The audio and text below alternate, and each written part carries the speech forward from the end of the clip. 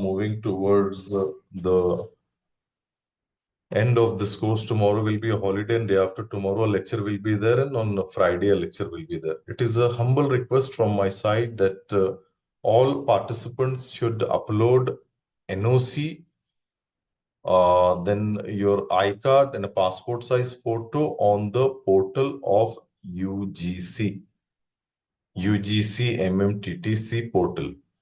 Again, I'm repeating it कि सभी जो हमारे पार्टिसिपेंट है सभी से मेरा रिक्वेस्ट है कि आपने पोर्टल के ऊपर अपना आई कार्ड, एनओसी और जो लोग ऑलरेडी अपलोड कर चुके हैं उनके लिए नहीं है, जो अभी बाकी है जिनका अपलोड करना, it is my humble request to all of you, kindly upload.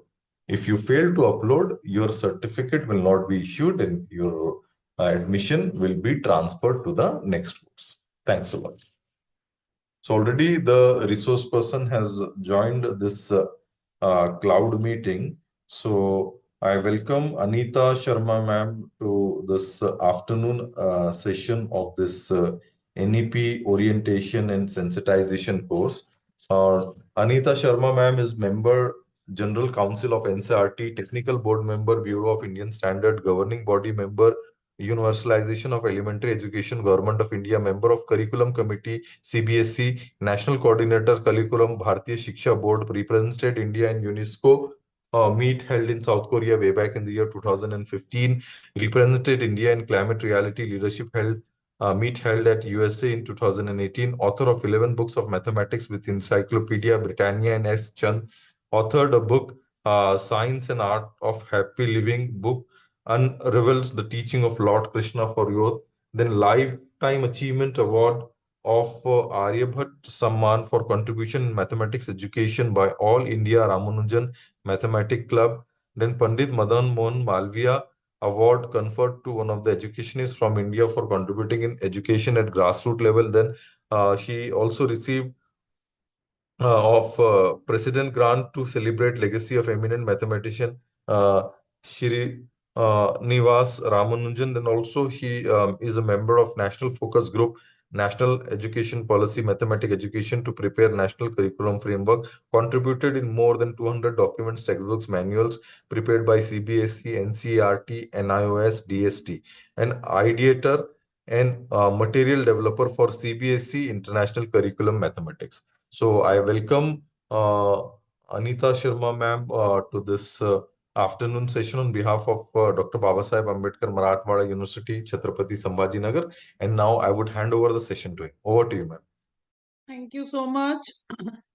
And I thank for this opportunity to meet, I think every month, a new group of our educators and to talk to them regarding the topic which you have given to me about the student diversity and inclusion.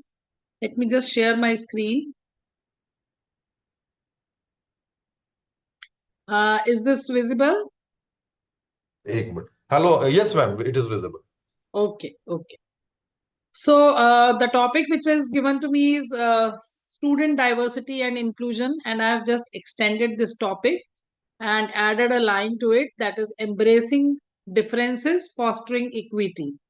So if anybody would like to comment over this, that what is diversity for you and what is inclusion, because three different words are here and I've added. Madam, we have muted them because mic खुले Okay, रखने से no बोल issues, no issues. But if anybody wants to write in the chat box, they can write something. All right. Okay. So here you can see the three words: diversity, inclusion, and then equity is also added along with that. So you, in every classroom, you might be finding a set of different kind of students. They may be different because of their gender, they may be different because of the language they are speaking, the way they are dressing up, the region from which they are belonging to, the states from which they are coming from, the ethnicity and the cultures they are coming from. So the diversity may be due to various reasons. So we consider that at least 4 types of diversities we found in our classrooms. One is ethnicity, another is based on culture, then abilities, and then gender. So if we talk about the ethnicity, that means the differences may be due to the races, caste, class, or region. Cultural differences may be there because they may be following different rituals, different religions, and different languages they might be speaking. Gender, I have already talked, like male, female, and transgender. And if we talk about the abilities, then there are some who have the specific kind of disabilities or the special needs. So, they may have the specific abilities also, and there may be the children who have the who are super able. So there could be the children with the super abilities.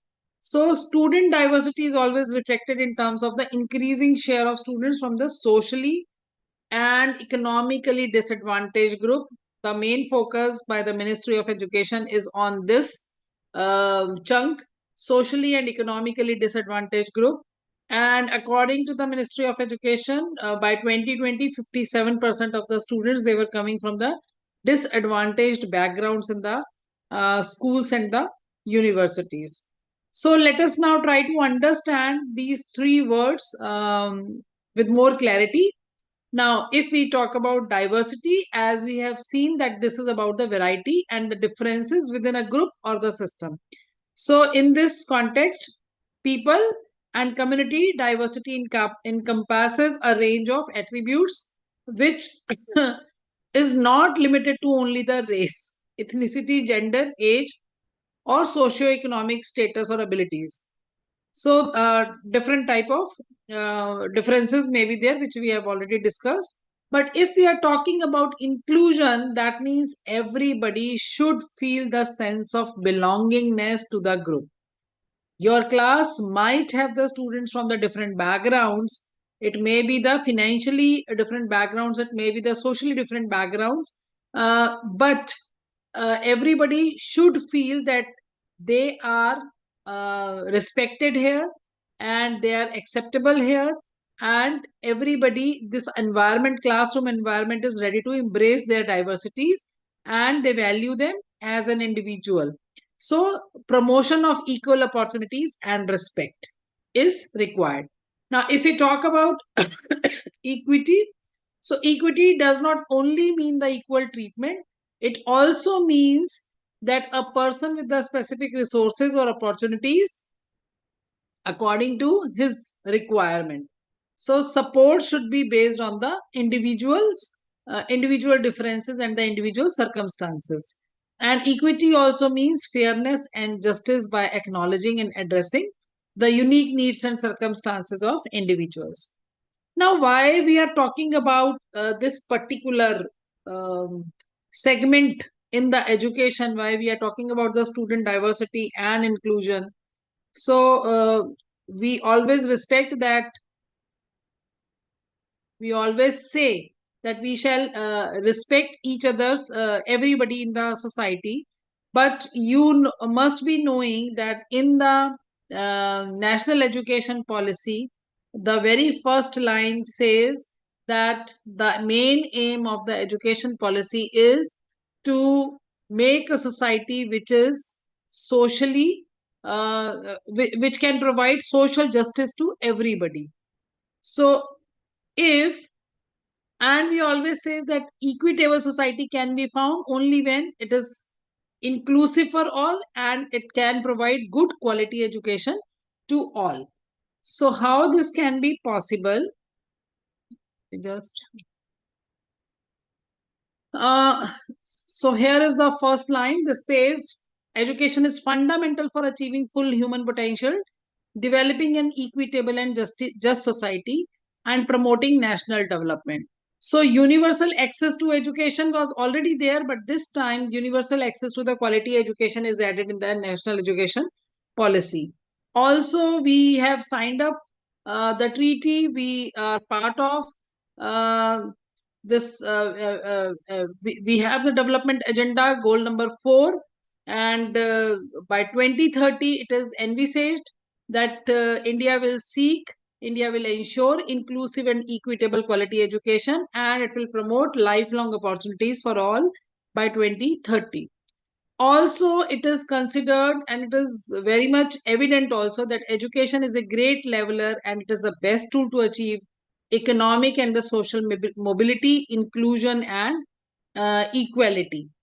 So, in the national education policy, when it talks about the several principles on which the national education policy is based, the one of the principles also said that respect for diversity and respect for the local context. Because if you have to respect the diversity, that means one is to respect for everybody's culture. So the local context is very, very important. And this local context has to be integrated in the curriculum, in the pedagogy, in the policy. And it is also very important because education, we say, is a concurrent subject. So every state can exercise its right over the environment it has and can make the education policy in that, it can make the educational environment in that context. Full equity and inclusion, the second principle says full equity and inclusion as the cornerstone of all educational decisions to ensure that all students are able to thrive in the education system. So this means that if somebody is coming from a different background, from the disadvantaged background, then we should not leave the child uh, on his conditions, or we should not lower down the benchmark for him. We shall try to provide the opportunity so that every child can get the opportunity to thrive in the education system. So every child's potential has to be respected. Now, in the education policy, in the section number 6, equitable and inclusive education, learning for all. Section number 6 is focusing on the school education and section number 14 is focusing on the higher education. But both these sections, they are actually talking about the equitable and the inclusive education environment, and that means learning for all.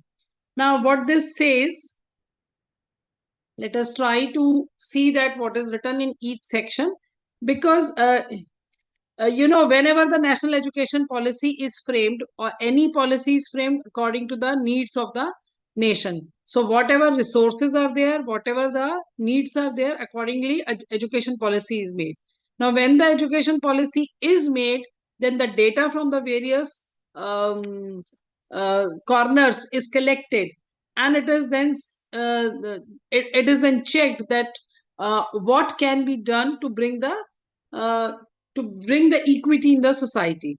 So here in the section 6.1, every point is talking about this aspect, and lots of aspects of almost all the aspect in the regarding the inclusion is described in the policy. So section 6.1 says education is the single greatest tool for achieving social justice and equality. One thing. Second, it is inclusive and an equitable society in which every citizen has the opportunity to dream, thrive, and contribute to the nation.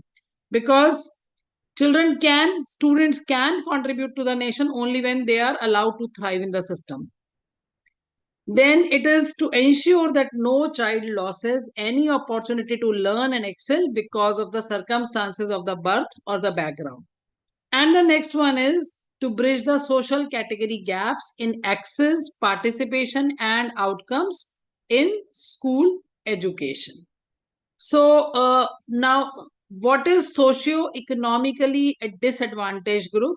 In our country, we have we have several kind of disparities. Now first is, for the first time in the policy, gender identities are included, in the sense that they are not talking about the male and the female child, but also the transgender word is used for the first time. So the equal opportunity of education to the transgender shall also be provided. Second is socio-cultural identities. That means scheduled caste, scheduled tribes, OBCs, minorities. So everybody has to be included. Now, third is geographical identities. So students, they're coming from the different geographical area. We know that there is geographical disparity in our country, and there is a lot of geographical disparity. So if the students are coming from villages, small towns, aspirational districts, so what kind of location they're coming from and what kind of problems there are, uh, uh, uh, what kind of problems are existing there, everything needs to be considered while framing the implementation of the action plans. Then disabilities. So disabilities might be of different kinds. There may be the learning disabilities, there may be the other kind of disabilities, physical disabilities may be there, intellectual disabilities may be there. So all sorts of disabilities need to be taken into the consideration. Then is socio-economic conditions. Again, this is a very, very important thing, because despite of geographical identities or the cultural or the gender identities, it is quite possible maybe the child is living in the urban developed area, but may belong to the migrant community, may belong to the local income household. So in such situation, sometimes there are problems due to the uh, conditions of the children. So children may be in the vulnerable situations. They may be the victims of the war. They may be the victims of the trafficking. They may be the orphan children. They may be the children caught in the beggars mafia. So and then there may be the urban poor children also. So several kind of socio-economic conditions may be there, due to which the child may fall in the socio-economically disadvantaged group. Then is section 6.6, and in the section 6.6 it talks about the data. That data says that there are certain geographical areas where the large proportion of socio-economically disadvantaged groups are there. There are certain areas where there may be less number of children, but if any geographical area has large proportion of SEDGs, that means this area should be now encircled as or identified as the aspirational district. And this means this district requires special intervention for promoting the educational development of these children. So these areas, they will also be declared as the special education zones. And that means the maximum of the schemes and policies has to be implemented actively in these areas.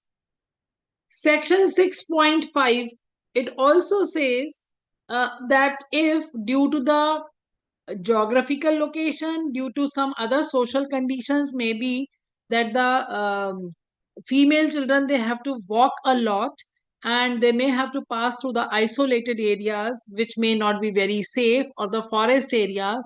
So in such cases, bicycles will be provided to the students. So, and not only the bicycles will be provided, in fact the cycling and the walking groups will be organized to provide access to the school.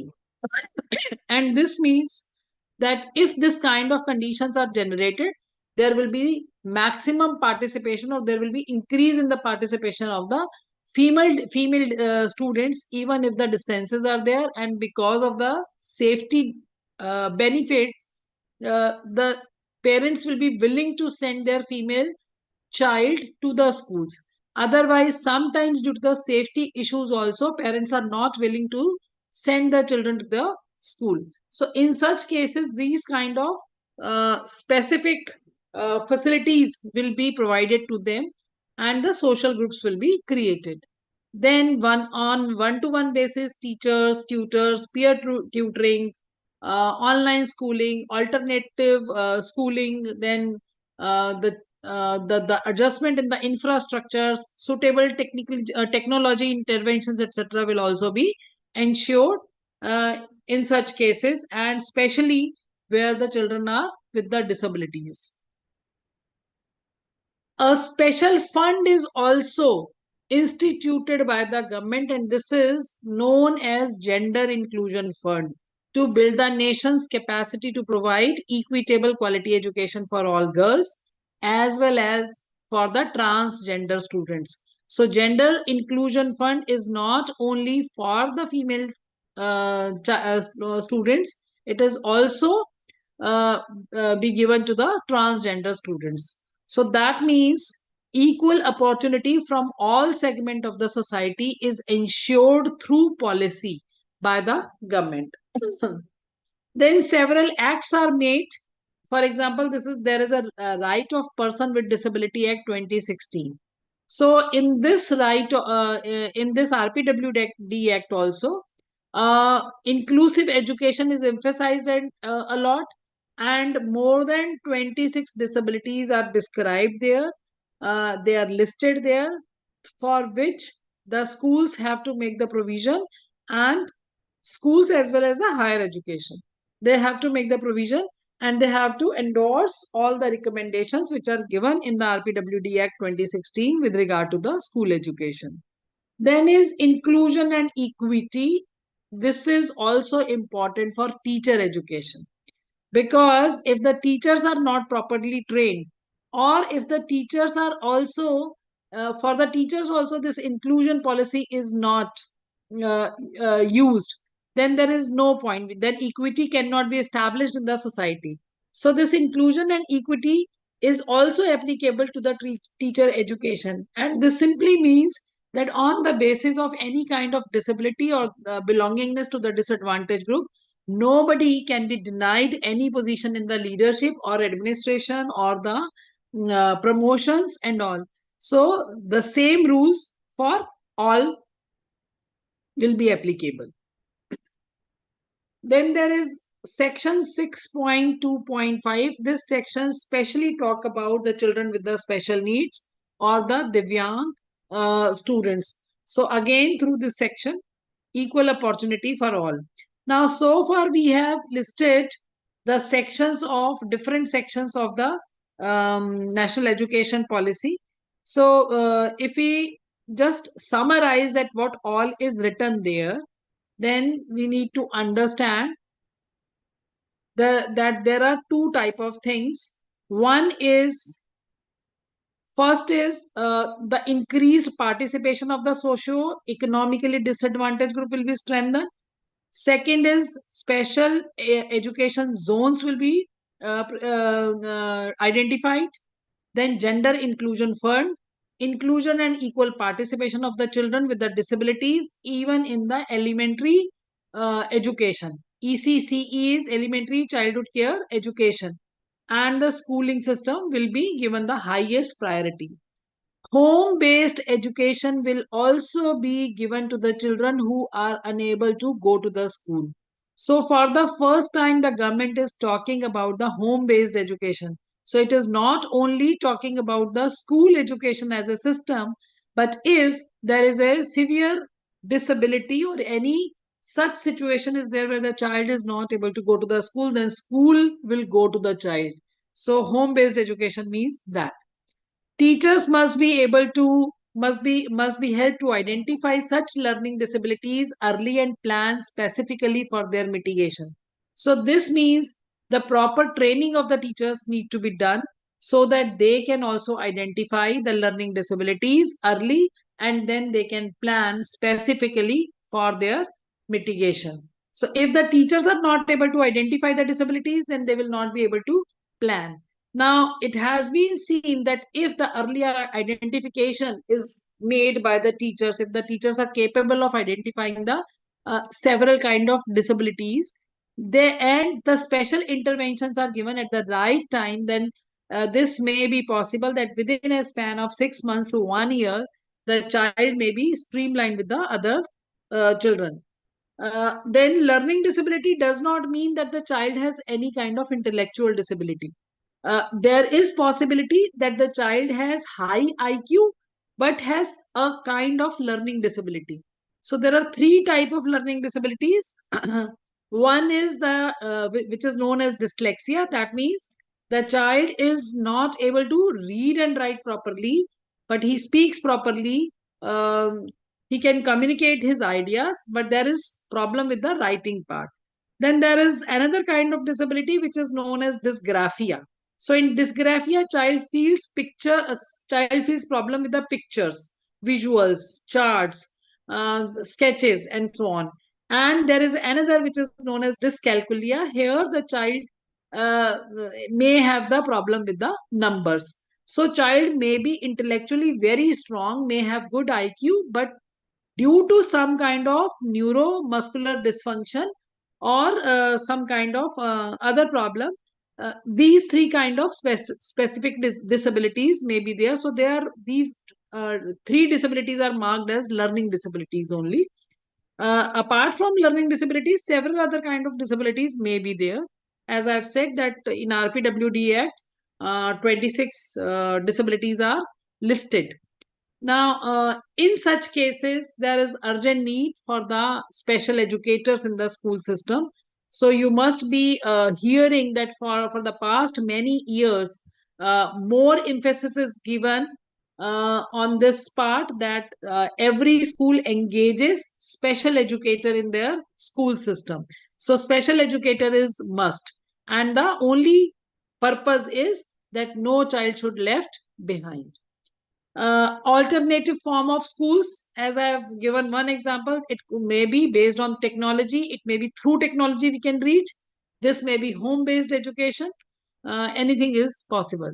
Students in the school, they may appear from the state board. All these students who are belonging to any disadvantaged group, who are belonging to any disability group, but they are getting some kind of schooling either through alternative schooling or through the main course schools, every child has the opportunity to appear for the state or the other board examinations or any kind of assessments conducted by the agencies like national testing agencies. So special attention should be given to the children who are facing any kind of disparities due to since they belong to different kind of caste or tribe and so on. Then NCC wings also has to be opened in every school, and the NCC wings may also help the children. Number one, they will provide the number of opportunities to the children, because if any child is say not good with the academic part but is getting the opportunity through some other way, maybe through sports, through NCC, through NSS and so on, then the opportunities will be extended by opening the NCC wings in the schools. And then students also has to be sensitized about the whole school culture, and this has to be done by the teachers, social workers and counselors. And that simply means that we are talking about, when we are talking about the inclusion and equity, then the human values such as empathy, tolerance, respect for the other's right, gender equality, non-violence, etc., will also be promoted. Then school curriculum also need to be inclusive in the nature. And if the school curriculum is inclusive in the nature, that means that the whole school culture is inclusive. So everybody in the school system, and whatever I am saying for the school is also true for the higher education system. So everybody in the system has the same mindset towards the empathetic mindset towards the problems of the children with the disabilities, and not only the children, there may be the staff members also with disabilities. So this whole school approach should be such that there is a value in the system, that every person has to be respected. Tolerance, human rights, gender equality, non-violence, global citizenship, etc., etc., should be seen in the, it should be visible in the school culture. And then culture should be created in the school where everybody tries to know the other person uh, through different means. And this knowing the other person means that knowing their peer group through their culture, for their religious beliefs, for their languages, for their gender identities, etc. So everybody, uh, uh, people may be belonging speaking different kind of languages, but if each one is trying to learn each other's language, then a very emotionally strong culture is uh, generated in the institution. So there should be an attempt to sensitize and to develop respect for diversity and to remove the biases and the stereotypes in the school curriculum. So the material should also be included. The material, the teaching material should also be included in such a way that it is catering to all kind of communities, and it is not encouraging any kind of religious biases or any other gender biases.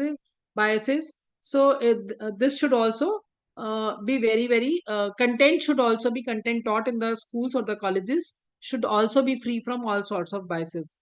If you have seen the circulars which are there in the schools and the colleges, which talks about the selection of the textbooks for the curriculum, then it is clearly written that all the textbooks, they shall be checked by each teacher and the school head or the institution head in the way that these hello, yes, that these textbooks are free from such kind of biases or the language which is inappropriate. So everything, the content should be respectful and should not hurt anybody's sentiment.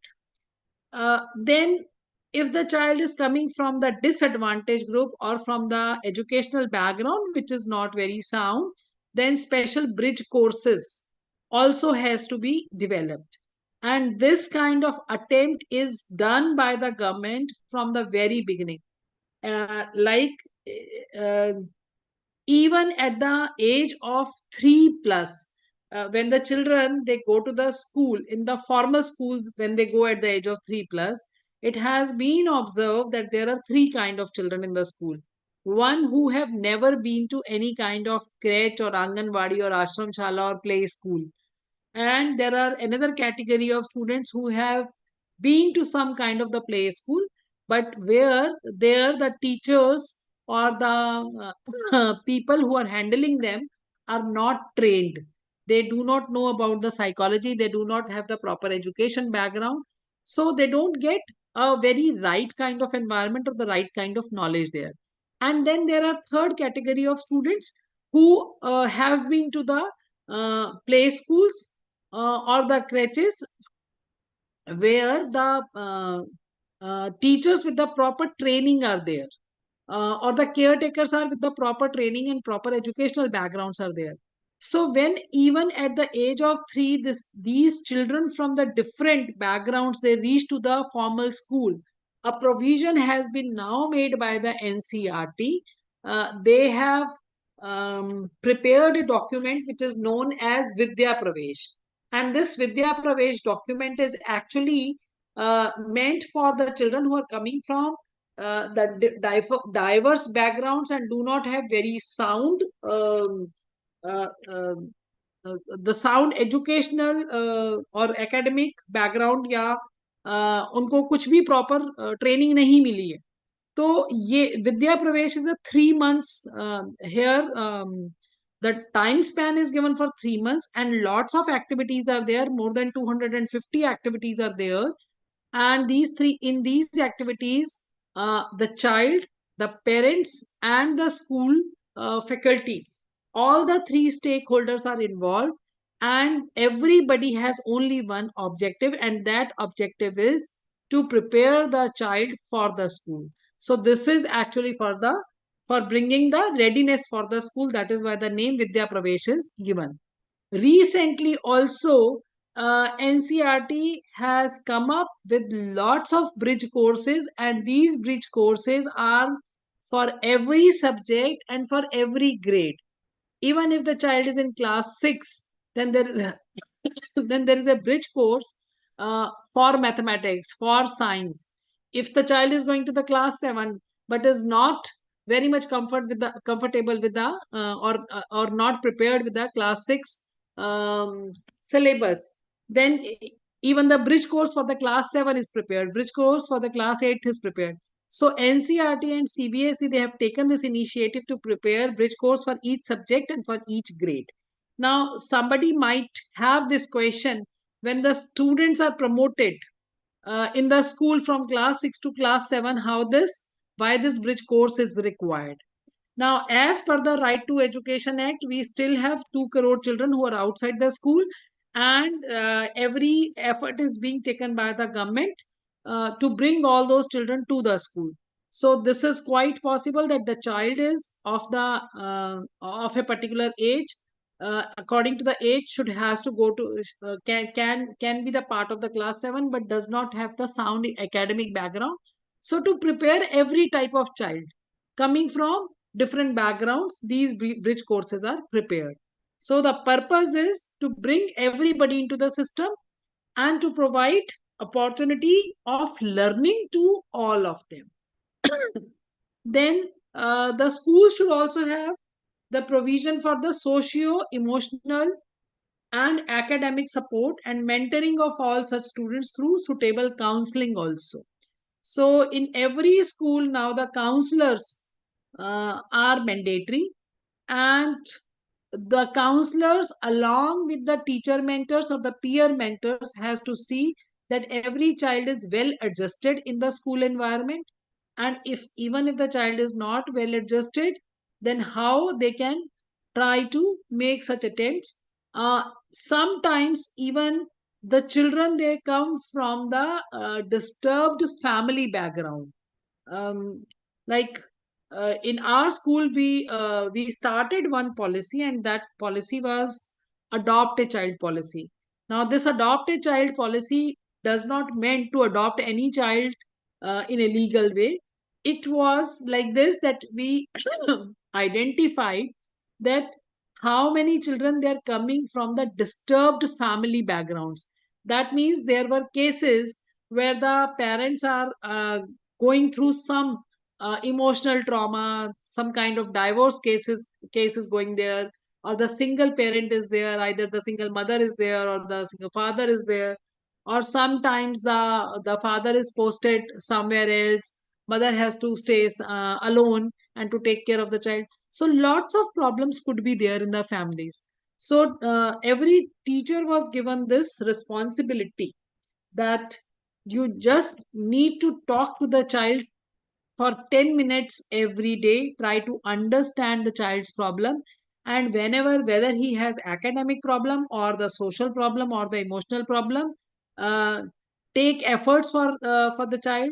And we found that 50 students we identified at the beginning of the year, uh, almost every child was well settled, and later on they progress academically also, because their social and emotional needs were taken care, and the kind of sense of belongingness generated in them. So this kind of environment needs to be created in the schools. And this all is possible only when there is a proper sensitization of the faculty.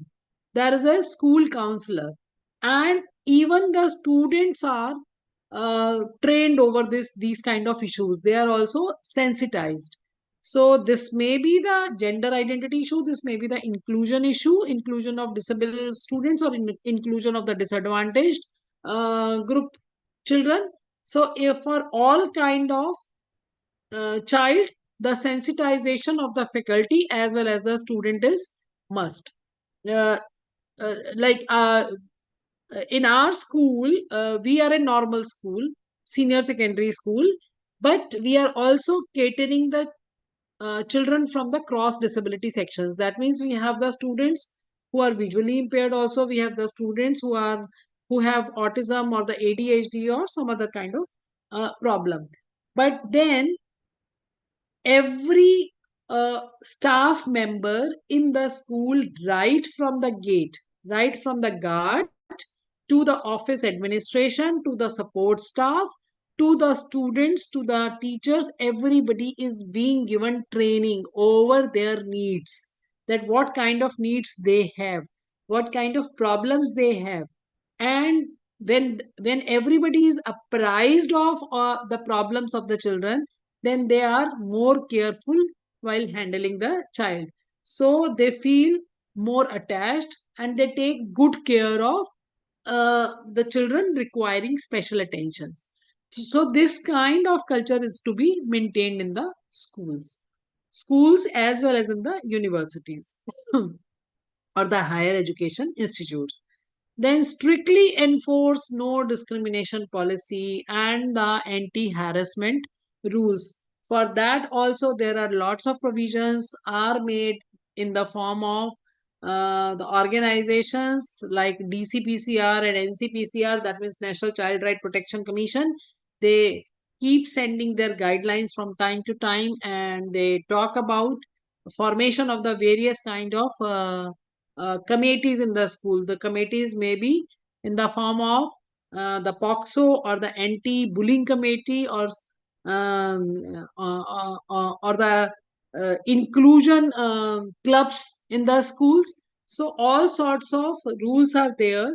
The thing is that everybody needs to understand those rules and then to implement on those rules with the full commitment. Then right kind of institutional development plans should be made to contain, and which development plans can have the specific plan for action on increasing participation from the socio-economical disadvantaged group. Before I move further, I missed one slide. I would like to come back to that. Actually, when we are talking about the inclusion, and we are committed to make an equitable society, then as an institution, we need to understand five things. This is a five-step strategy. First step is that what is the vision of our national education policy, what philosophy and what principles are given there regarding the inclusion. So to understand policy is first step. Now, after understanding the policy, the next step is the legislation. What kind of acts are there? What kind of legislative acts are there? What kind of laws are there? So, we should have the clear idea of that. For example, we have the Rehabilitation Council of India Act 1992. We have the Person with Disability Act 1995. We have the National Trust Act 1999. We have the Right of Persons with Disability Act 2016. So all these acts, they should be uh, the educators should have the basic knowledge about these kind of acts. And once we are aware of vision and philosophy, once we have made us like aware of the legislations, then the third important step is to do the institutional analysis. Now, when we do institutional analysis will be done only at that stage when we think that now we are committed and ready to take the task. So, while doing the institutional analysis, now lots of things are there. One is the infrastructural requirements. Do our school infrastructure, or the or the college infrastructure, or the institution infrastructure caters to the needs of the every kind of person, whether able or disabled? Then if the infrastructural requirements are complete, what kind of questions we need to ask in order to understand that all the infrastructural requirements are complete? Then if the infrastructure requirement is complete, or if we have uh, find out, or we have identified that some kind of improvement is required, then after doing those improvements, or what kind of intention is there to improve those requirements, uh, after the infrastructure requirement, now what kind of curriculum is there in our institution, what kind of opportunities we are providing, and what kind of employability we are able to generate through this. Because ultimate aim through education is to form an equitable society. Now, equitable society can be established only when every person gets the opportunity to satisfy his own creative urge also, and is able to be financially independent. So this self standing is very very important. And in most of the cases, that whenever there are kids with the disabilities, the parents, they have the only one agenda in the mind, that what will happen to the child after me. I will not be always be there. So after me, how the child will be able to survive. So severe kind of disabilities are there, several kinds and severe kind of disabilities are there. So what can we do in order to make them self-sustainable?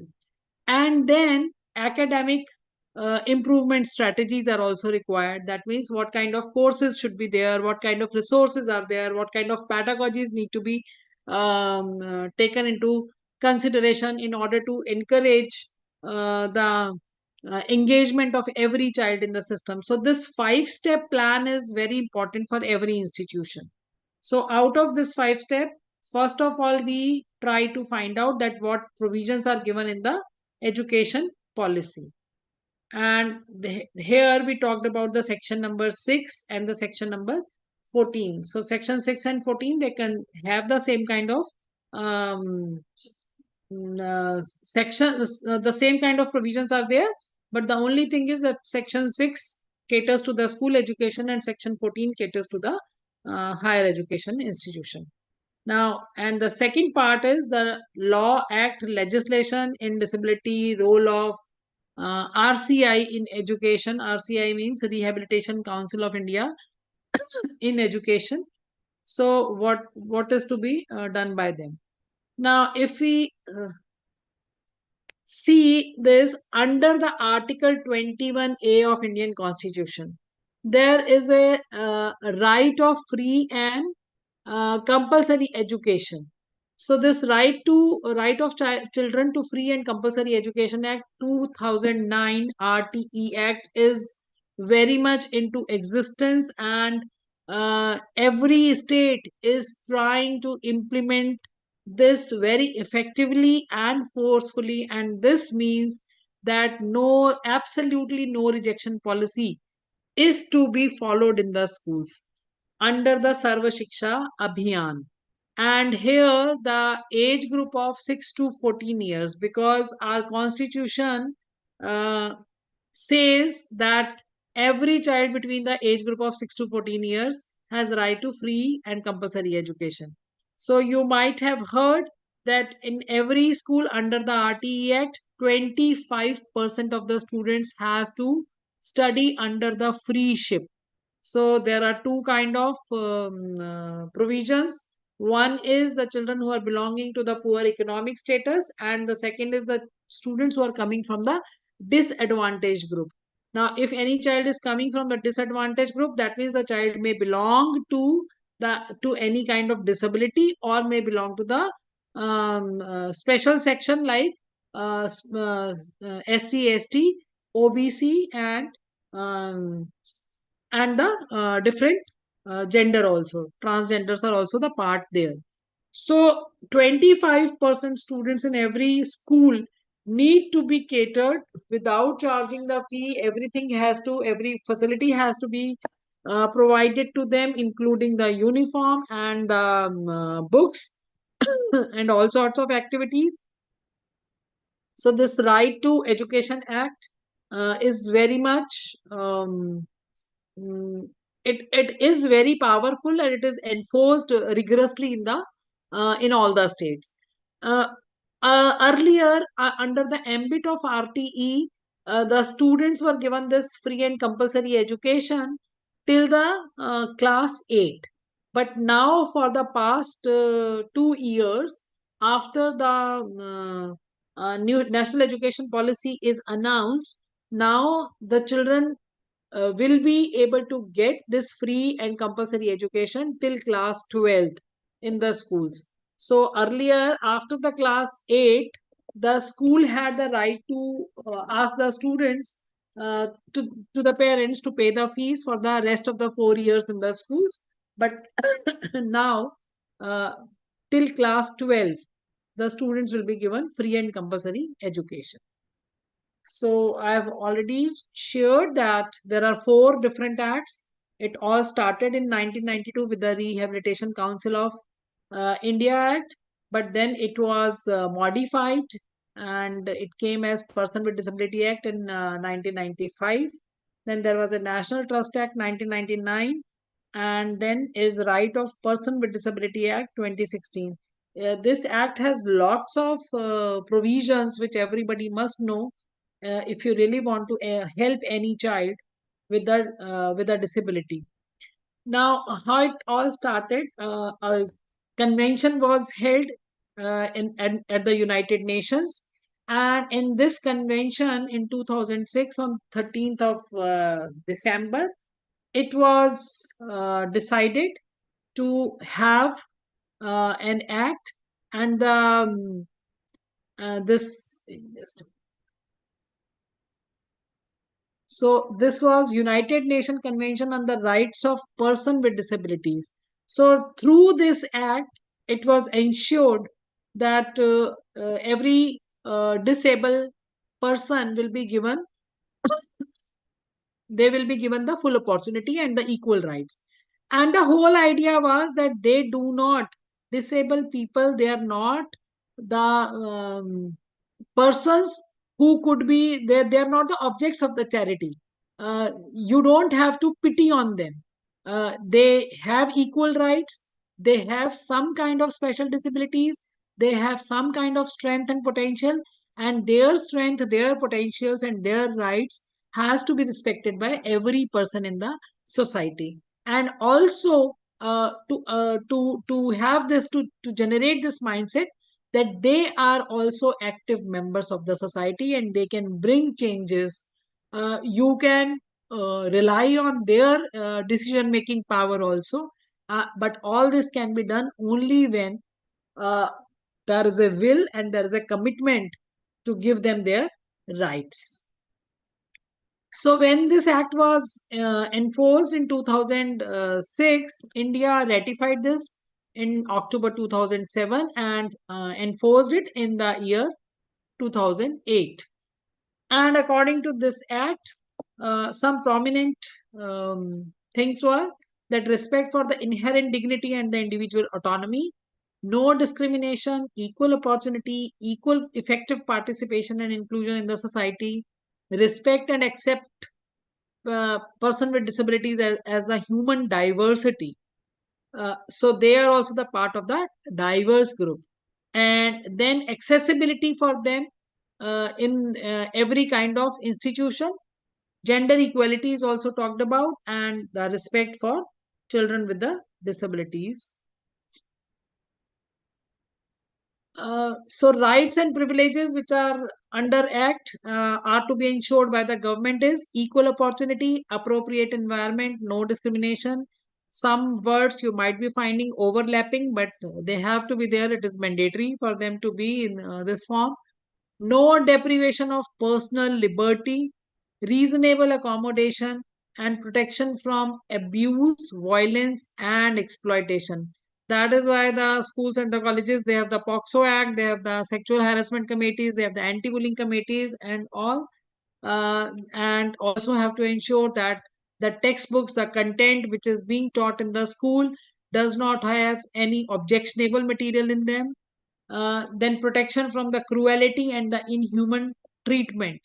So all these are the part of the rights and privileges under the Act.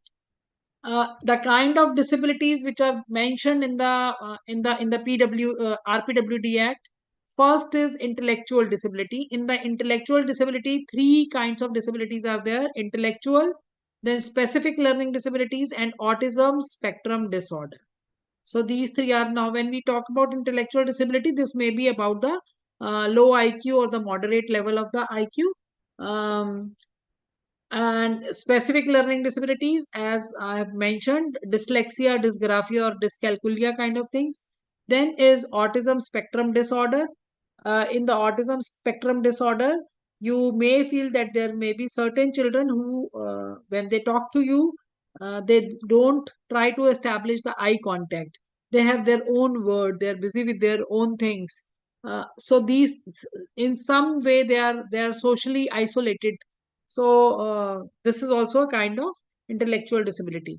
Then some mental behavior or illness. There may be disabilities even due to the neurological conditions like the Parkinson disease, multiple sclerosis also. There are diseases which are related to the blood, and they also cause some kind of disability, for example hemophilia, thalassemia, sickle cell disease.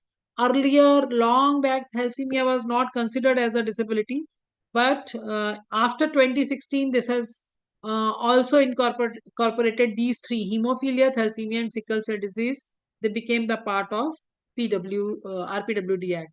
Then multiple disabilities or any other category which is notified by the government.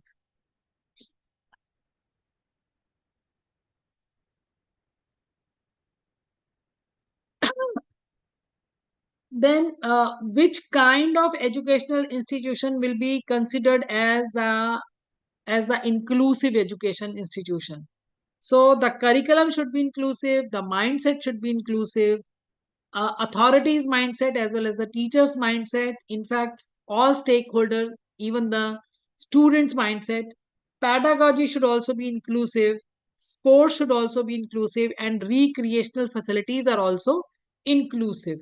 So this means if we talk about inclusive pedagogy, that means the pedagogy should be the blend of the techniques where every type of child can be catered. Then inclusive sports, so the sports facilities, they should also be accessible to all, and even the students with the disabilities should get the opportunity to participate in the sports activities or the other recreational activities in the institution. Accessibility is very, very important because infrastructural requirements are very important to make. If the building is not accessible to the child will not like to come to the school or the college. uh, he may not feel comfortable in the building, he may not feel safe in the building. So the school and the colleges buildings, campuses, and the transport, everything needs to be accessible. So I will also be sharing with you that what does this accessibility means in detail. Now there is a section 17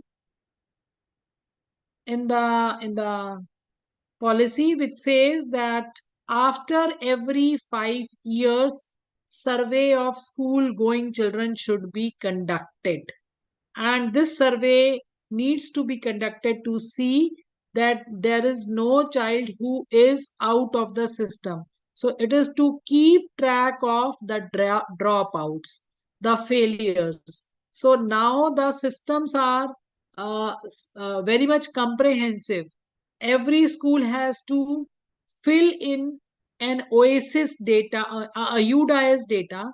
In that data, report of each and every child of the school goes, which includes everything, that at what age the child has entered into the school previously, from which school the child has come, if the child is taking the school leaving certificate, where he is going, why he is going. So all sorts of data is there. So the tracking is being made very, very strong. And this for the students who are outside the school due to any reason, this the reason may be that they are not finding the school curriculum very enthusiastic, they are not able to take interest in the studies, they have some other kind of family problem, there may be financial problems, there may be the other kind of social problems. Then how the child can be engaged in a useful activity, useful educational activity, which can help the child to be self sufficient in the future.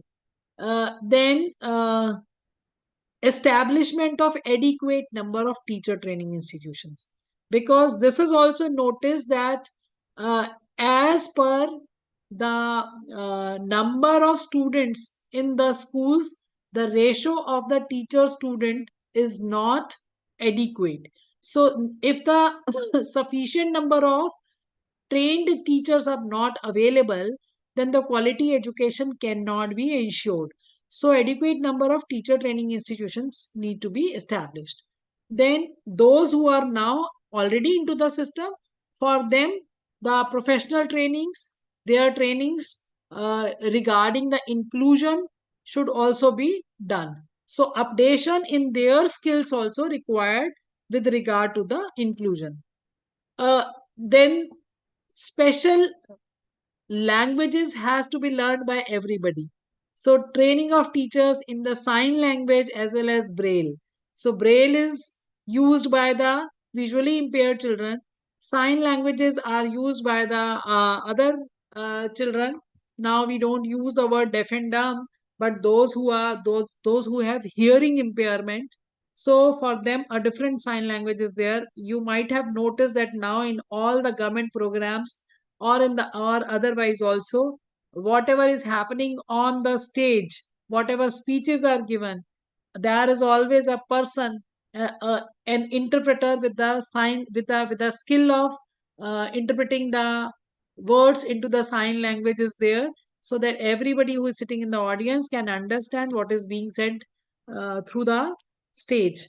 Then promote research to improve learning. This is again a very very important aspect, because unless until the how these children learn, or whatever their problems are there, if research is not done on that, then the improvisations in the pedagogies and the curriculum cannot be made. So this area of research is now being promoted, where the learnings of the socially disadvantaged group as well as the disabled group, or the children with the special needs, is to be done. Now, there is section number 19, 20, 21, 22, 23. These sections in the policies, they also talks about the skill development, the employment. Because when we say that every child should get opportunity to thrive, so maybe they're not able to thrive in the academic arena, but they can thrive in the other part. So, so special skill trainings has to be ensured. Inclusion of person with disabilities in all formal and non-formal scheme of vocational and skill training is must. In the school system, now the skill trainings are included right from class 6.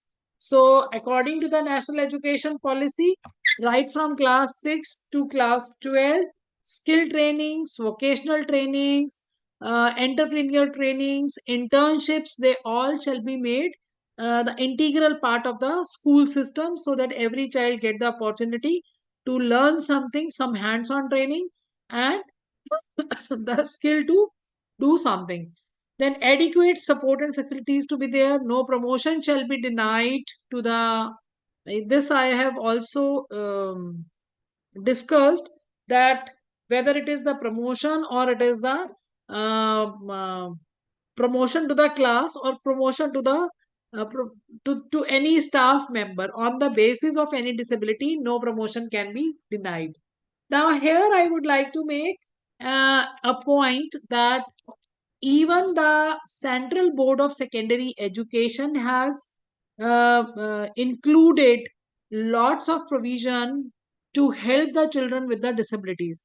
For example, there is a provision of getting giving 1 hour extra while writing the examination. If there is any child with a learning disability, then when the rest of the children they're completing their exam in 3 hours, this child may get the right to complete the exam in 4 hours. So one additional hour is given. Second provision is that if the child has specific learning disabilities and is not comfortable with the elective areas like mathematics, science, and social sciences, then right from class 9, it is possible for them to leave these subjects and to take some other subjects which are more skill based. For example, music, painting, retail management, tourism management, physical education trainer, and so on. So lots of provisions are there. There is a list of at least 22 courses in class 6 to 8, and sorry, 35 courses in class 6 to 8, and 22 courses in the class 9th and 10th, which the children with the disabilities can opt if they want to leave any of the elective subject. Then they in severe disability cases, they may also get scribe. uh, they may also get a prompter. So that means one person can be there who can read the question paper for them, and give them the prompt so that the child can share his knowledge and tell the writer what to write as an answer. So scribe is also possible, prompter is also possible. So all these provisions are there, and the parents, as an educator, we need to know them, we need to disseminate them amongst the public, we need to tell the students and the parents that these kind of facilities are there. You can avail these facilities so that the child does not remain in the disadvantageous position, and child gets equal opportunity to participate in the examination, and then to opportunity to be promoted to the next class. It is not only for the board examination, even in the lower classes these kind of facilities can be availed. uh, the question paper, the nature of the question paper can be different for them. So there can be um, the question paper can be based on the MCQs, or the one word question answer, or the fill in the blanks. So those kind of questions can have more weightage in the special question papers designed for the children with the disabilities. Then the way the question paper is printed, there can be the bold prints for them. So lots of provisions are there, and we need to see, and all these kind of things are there, available on the website of the Central Board of Secondary Education. But belonging to the different state boards, uh, uh, as a teacher and the parent, we also have the responsibility of understanding and checking whether the particular state board is providing any of these kind of provisions or not. And if they are not providing these provisions, then as a as an aware citizen, you can write to the boards to adopt these policies which are in coherence with the Central Board of Secondary Education also. Every establishment shall notify equal opportunity policies. So as an institution, now this is the responsibility of the school management, institution management, and the head of the school or the dean of the faculties, to ensure that they have equal opportunity policies for their departments or the colleges or the schools and so on. And also, there shall be a special officer appointed by the institutions, even in the government departments. This has to be done. If any grievance has come regarding these aspects, then a grievance redressal officer should also be appointed. Now, uh, for the people with the disability, the other important things are social security. Education is one part, but the other part is social security, health, and rehabilitation. So for this also, lots of provisions are there. Now here on my screen, the provisions which you see is actually these are the provision for the parents. But see, one of the special provision is safe drinking water and accessible sanitation facility. So this means in the uh, school or the colleges, whenever any place is assigned designated place for the drinking water, it has to be ensured that the drinking water is hygienic, safe, it is properly proper installation of the purifiers or the ROs is there, sanitation facilities are proper, toilets are accessible. It is not that their positioning is such that people are not able to reach there. The doors are the doors should be wide, not the small doors, so that if somebody is going inside with the wheelchair, then the toilet should be accessible even to the person with a wheelchair. So such kind of provisions are there. I'm moving to another. Awareness programs are there. Now, what is the role of rehabilitation counselors under the RPWD Act? Um, Now, here it is important to understand that this act is equally applicable to all parts of the country. be it a rural area or the urban area. So if it is a rural area, then Panchayati Raj members, legislators, administrators, policy officials, judges, lawyers, everybody should have a proper training on the disability rights. So this should be the mandate, because unless until everybody is trained over that, this is also the part of the education. If everybody is not trained, then they will not be able to understand how to give the rights to the persons with the disability. So this is the role of the Panchayati Raj in the panchayats in the rural areas, and also in the urban areas. Um, there are agencies, but apart from those agencies, this should be a mandatory component of all educational courses, whether it is the school or college or university teachers or doctors, nurses, social welfare officers, medical officers, rural development officers, Anganwadi workers, engineers, architects. Everybody must know that what are the special needs of the persons with disability, what is their role and responsibility regarding those special needs, what are the various institutions where these people can go to for help, can there be some helpline numbers which can be shared. So these kind of informations, they shall be in the public domain. Then um, initiate capacity building program of everybody, including the trainings in the independent living and community relationships for the family members of community and other stakeholders and care providers or caregivers and support. And the special trainings to the persons themselves, who the people who are the people with the disability, to them also the special kind of training is required, that how they can access several facilities meant for them, or how they can uh, seek the help of the others whenever they are in need. So again, in the RPWD Act, in the section number 47, these kind of provisions are given in details. Now, what could be the challenges if we talk about, like, we have a mindset, okay, we are disseminating the information, okay, fine. But they, even despite of all that, some kind of challenges could be there. So what are those challenges and how we have to take actions? So first challenge is awareness and sensitization programs.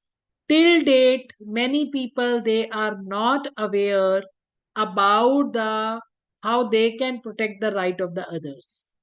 They are not aware of their fundamental duties and rights. They know about duties, but they don't know about their rights. They are not sensitive to the needs of the people with the special requirements, special needs. Then, even if you visit at bus stop, railway stations, roads, also sometimes airports, everywhere the facilities are not very good. They are not, these places are not disabled friendly.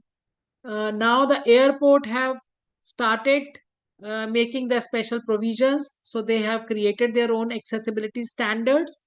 Railway stations are also trying to improve, but still lot has to be done. And even at the bus stops, some efforts are made, but you will not be able to find all bus stops safe for everybody. So still lots of work has to be done in this area. Then access to the information and communication technology. This is again a very important part, because the people with the disabilities, or the people who are in the remotest area, because we are talking about the diversity, so actually we are taking into consideration every type of person. So whether they are belonging to a person to the area which is at a very very secluded corner of the country, or be it a problem regarding the gender or the race, or be it the problem regarding to the disability. But communication, if ICT is strong, this also we have seen during the COVID times, that with the help of technology, the information accessibility becomes very easy. So teaching the technology, making the technology accessible is very important. Then building structure, it has been decided that within next 5 years, all the buildings has to be disabled friendly buildings. So possible measure obviously will be that if you make it the part of the school curriculum, college curriculum, and do the modifications in the needs of the children having the benchmark disabilities, awareness, sensitization programs, publicity of the rules for the implementation of the act and its compliance by all stakeholders. You will be surprised to know that I can share the data of Delhi state only, that there is a provision of like in the 25% students who is to be enrolled under the free ship in the according to the Right to Education Act in the schools. Out of those 25%, 3% seats are reserved for the students with the disabilities, children with the special needs. But even those 3% seats we are not able to fill. Um, Hardly 1% seats were filled, 2% remain unoccupied. And the reason is that if somebody has a child with a disability, they don't want to share the problem.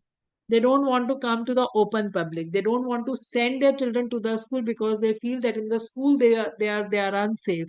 So lots of social stigmas are there. Also, the unawareness on this part is there. They are not aware of the rights of such children in the school. They are not aware of the fact that the seats are reserved for the children in this category in the schools. So most of the times seats go vacant. Sometimes this also happens that the people who are sitting in the institution, even if they know that there is a provision of the 3% seats, but they are not very friendly to the idea. They're not very comfortable with the idea that if any child with a disability will be coming to the school. So I can share one example, one experience of mine, that in 2004 I took first child in my school who was facing some kind of disability, and the girl was having a big lump on her back.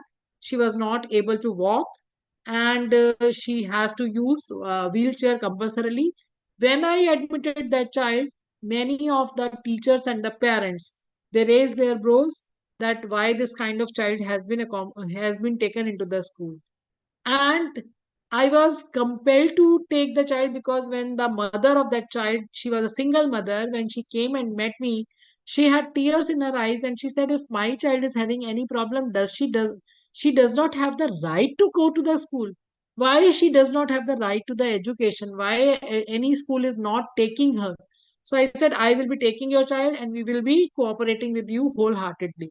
So we took the child, but then I saw lots of question marks in the eyes of the teachers, the students, and the parents.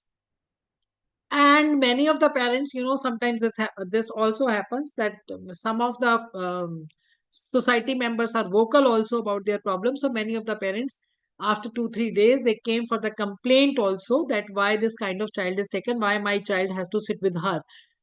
So we bought 15 days time from them. I said, okay, we will meet after 15 days, and even at that time the problem will exist, then we will uh, not take the child. We will not allow the child to be in the school. And during those 15 days, what we did the trainings of the all the faculty members. We did the training of the peers. Every child of that particular class has given some kind of responsibility related to that child. Somebody has to drop her to the school bus. Somebody has to take care in the recess. Somebody had to take care during the sports period. Somebody has to help her in completing the work. So every child was given some of the other kind of responsibility. And when the small kids, they got this feeling that they could be of some use to somebody, they are worthwhile, and they got that kind of satisfaction, and they shared their stories, their experiences, their joys with their parents. After 15 days, when the parents came back, I saw that all questions were removed. They agreed that our children have become more responsible, they have become more sensitive, they have become more empathetic. So sometimes we need to see that first we need to change our own perception and mindset as an administrator. Only then we will be able to take our colleagues with us and our students with us. So first, I always say that that solution to any challenge or problem is the intention. If our intentions are clear, if our mindset is clear, and if we can go with a positive attitude, then we can always find the solutions to the problems. So if we really want to create an inclusive society, we have to create this kind of environment in our school. So mindset, attitude, beliefs, infrastructural barriers, I've said, lack of knowledge of policies, right, facilities, opportunities, resources, all these, they are the challenges. Lack of trainings to address the issues and concerns and obstacles, all these are part of the challenges, but all these can be overcome with our mindset. Now the most important part is self assessment. If now we have understood that inclusion is must for the society, if we really want to uh, thrive altogether, and if we want to make this planet a better planet to live upon, then we all need to do some kind of self assessment. So self assessment, how it can start. I'm showing you here few things. These are not the only criterias. You can make your own criterias, but this I've taken from some American university. I really like their document. That is why I'm sharing with you. So the first assessment shall start with the leadership. So are we aware of our vision as an institution? So vision, leadership, and then what messages we are throwing in the public. So a few questions which I am reading for you here.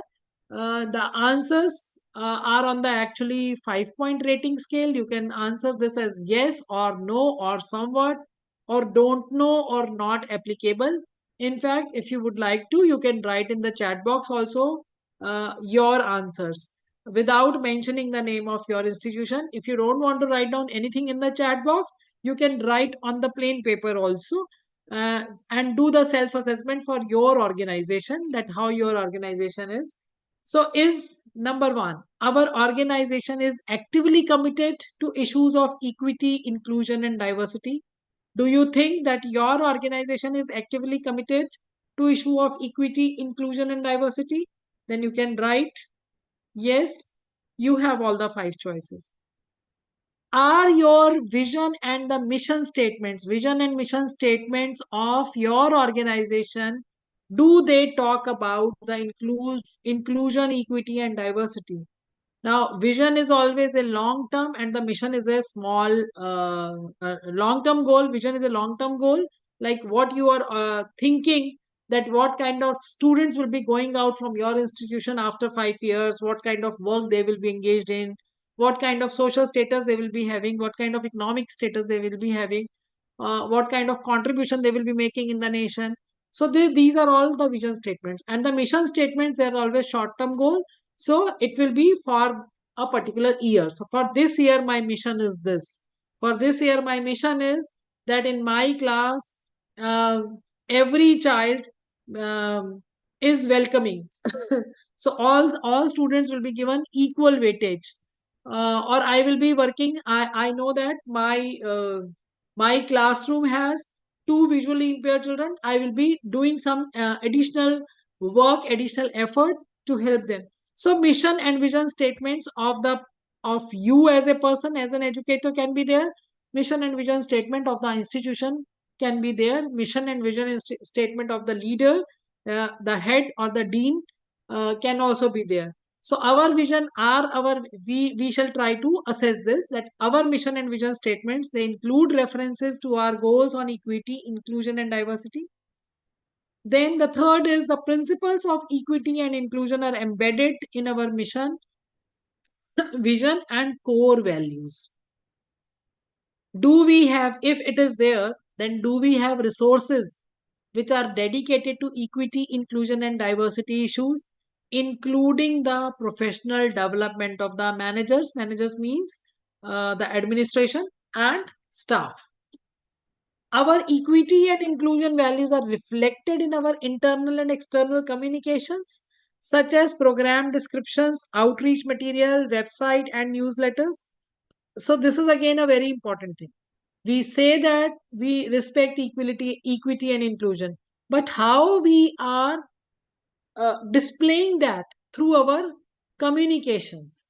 So suppose if we are organizing an event, an annual function of our organization, then do we have special provision for the participation of all kind of students? Do we have special provision for the special sitting of these students so that they can be there comfortable?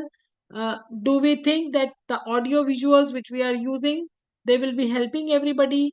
Our script of the play or any program is free from all sorts of biases and does not have any material which can hurt anybody's sentiments. So our internal and external communications shall also display our intentions. Then, as an education institution, another important segment in this is how we address responsive research, teaching, and public service. So, as I said earlier, that research on the learnings of the diverse group of students is very, very important, because unless that kind of data is there, unless that kind of research is there, improvisations are not possible. So the first question here is, we regularly and systematically collect and analyze data about equity, inclusion, and diversity. Second is, we use program assessments and evaluations that assess our ability to be responsive to the needs of our increasingly diverse state, national, and global context. Third, we actively develop resources for supporting our equity, inclusion, and diversity needs. So, active involvement of the faculty is also important to develop the resources. So, are we doing that as the faculty members? So, we need to assess all this. Right now, answer maybe don't know, answer maybe not applicable, I don't think is the right answer, because every institution has to be inclusive in nature as per the mandate of the national education policy. But right now, this is quite possible that our awareness is not like that. So our answer maybe don't know, but it should not be not applicable. And asking these questions and trying to figure out their answers will also trigger our thinking and will uh, somewhere motivate us, inspire us to uh, think that how these answers can be affirmative in the due course of time. Then possible additions here in this segment is that our managers and staff are familiar with our internal data gathering and analysis, analyze resources relevant to equity, inclusion, and diversity. So here teachers have collected the data, but if the findings of that data is not reaching to the authorities, then again the improvements cannot be done. So this is again a very important point. We research new development in program assessment for equity, inclusion, and diversity, and update our practices in this area accordingly. So, when the research is there, when the analysis is there, then the policies improvisation is also required. So, you need to update the policies also. We encourage innovation that address equity and inclusion in our workplace, curriculum development, and teaching practices where relevant.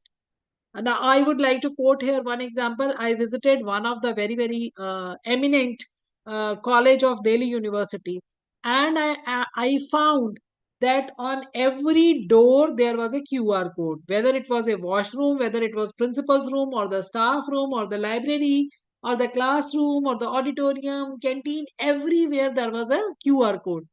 Then I was curious to know that why this kind of QR code is there and what is the purpose. And then the principal explained me that some of our students, they are visually impaired. Our college NCC faculty is also visually impaired, and she got this idea that why not create QR codes by counting the steps from the gate. The moment you enter the gate of the college, from there, counting steps and directions, they used a mobile app and created QR code for every corner of the college, so that every place is accessible to every visually impaired child or any outsider who is entering into the college and is visually impaired, even if the person is new to the system. So this kind of innovative steps are required in the institution.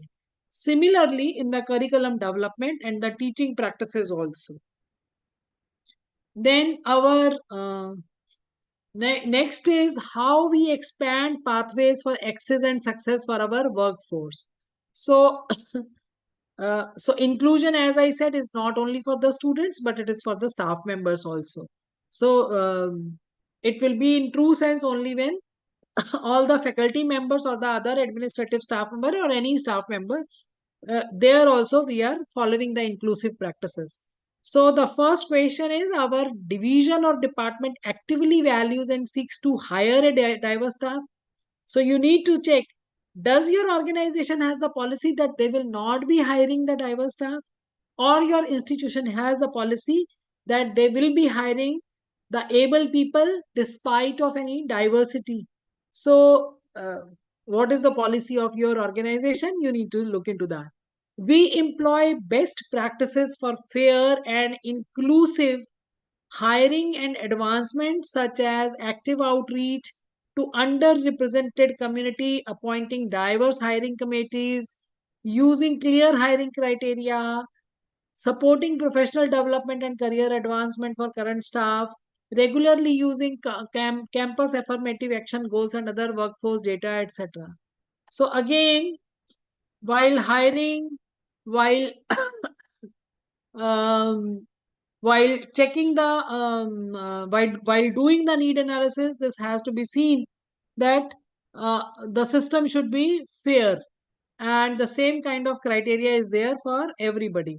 So we should not have separate criteria for the people with the disabilities or the diverse background. Then staff from the underrepresented identity groups are proportionately represented in leadership and management position as compared with their overall numbers in the department of division.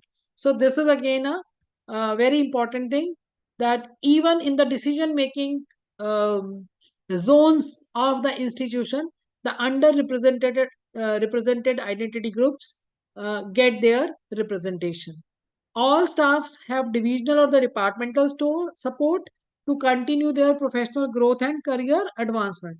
So again, equal opportunity for all types of staff members for their professional growth as well as the career advancement programs. So as I said earlier, that no promotion can be denied on the basis that somebody is belonging to the disadvantaged group or the disability group.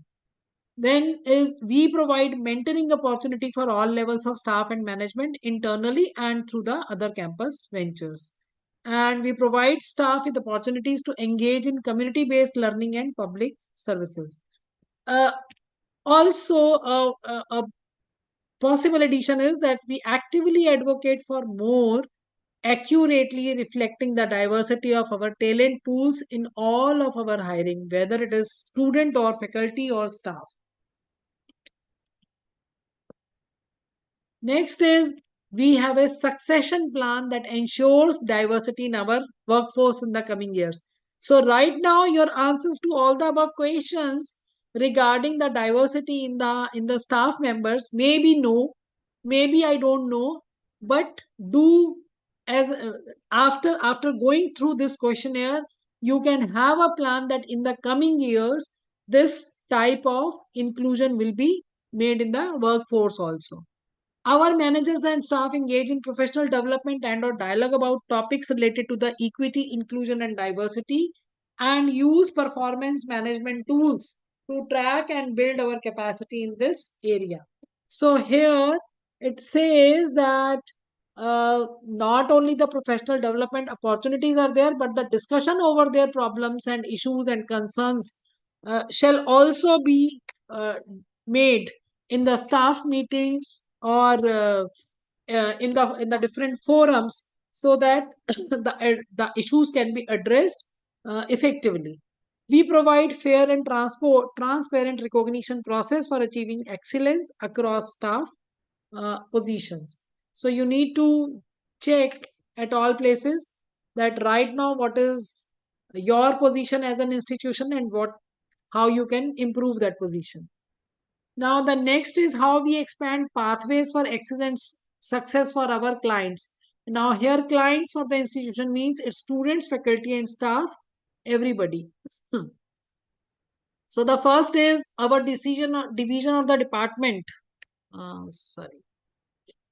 Our division or department values and seeks to support our students, faculty, and our staff clients with diverse racial, ethnic, gender, socioeconomic, immigrant, international, sexual orientation, disabilities, abilities, and religious backgrounds in our programs and services. Next is direct support is provided where needed to ensure the needs of our clients from all backgrounds are met. The next one is we provide support for critical transition from students, faculty, and staff. For example, first year of college, assistant to associate, non-manager to manager. That is based on the practices in the field, and we track and measure our success.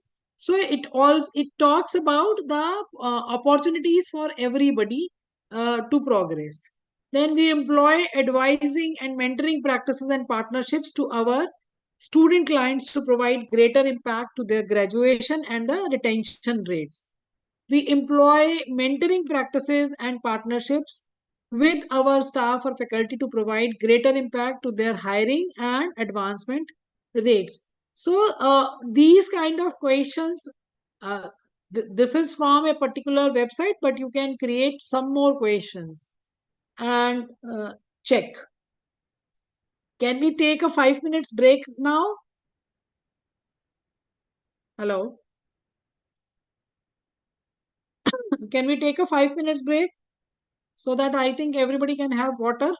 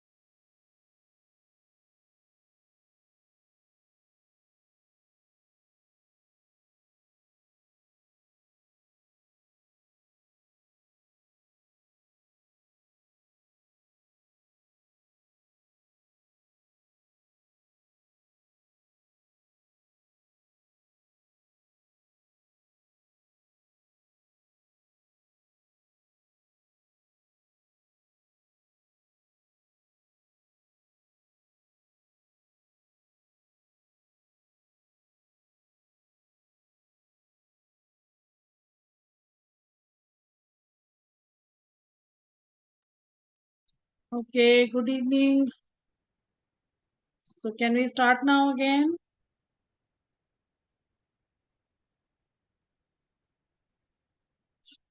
Hello.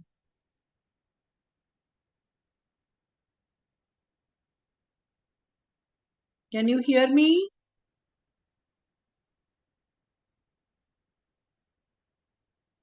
Okay. So we are starting again. Okay, so the next is that uh, we have to make healthy campus climate. So we need to do the self-analysis regarding this too. Number one, we regularly assess and provide resources to address workplace climate related to race, ethnicity, gender, gender identity, religion, sexual orientation, socioeconomic status, disability, nationality, and other areas of diversity for all of our staff members and our clients. Second is we regularly assess the degree to which our staff members and clients feel respected. This point is very, very important because unless until the staff members and every client feel respected, valued, fully included, and welcomed, and provide resources and training to address challenges and support an inclusive climate. We need to assess this as an institution. Where are we right now? Uh, can we claim that there is a clear culture of respect, collegiality, intergroup dialogue, and collaboration across differences in all levels and positions of our division or the department? Can we say that all division or department sponsored events and activities are physically accessible to the participants with disabilities? As I said earlier, that in our all internal and external communications as well as in the events, it should be visible that what are our intentions and commitments regarding the inclusion. So this is also the part of the self-assessment. If issues of insensitivity, exclusion, disrespect, or harassment arise in our workplace or other spaces, we support their address directly and in a timely fashion. So here we need to understand two things. Number one, we should have a clear-cut policies that if we find any insensitive or disrespectful behavior or remarks at the workplace, then what will be the consequences or the actions? And these actions, they has to be addressed timely also and directly without any hesitation or hitch. All division or department or sponsored events.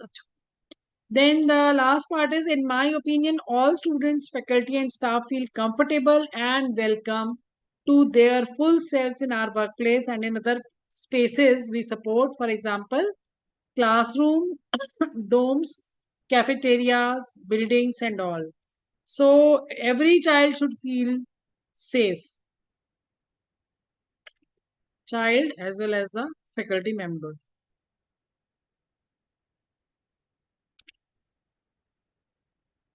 Some more questions which can be added here is that visible images and material throughout our workspaces are welcoming and inclusive to diverse groups. For example, they include positive multicultural images, reflect the experiences of multiple communities, offer messages of equity and inclusion, showcase our own diversity.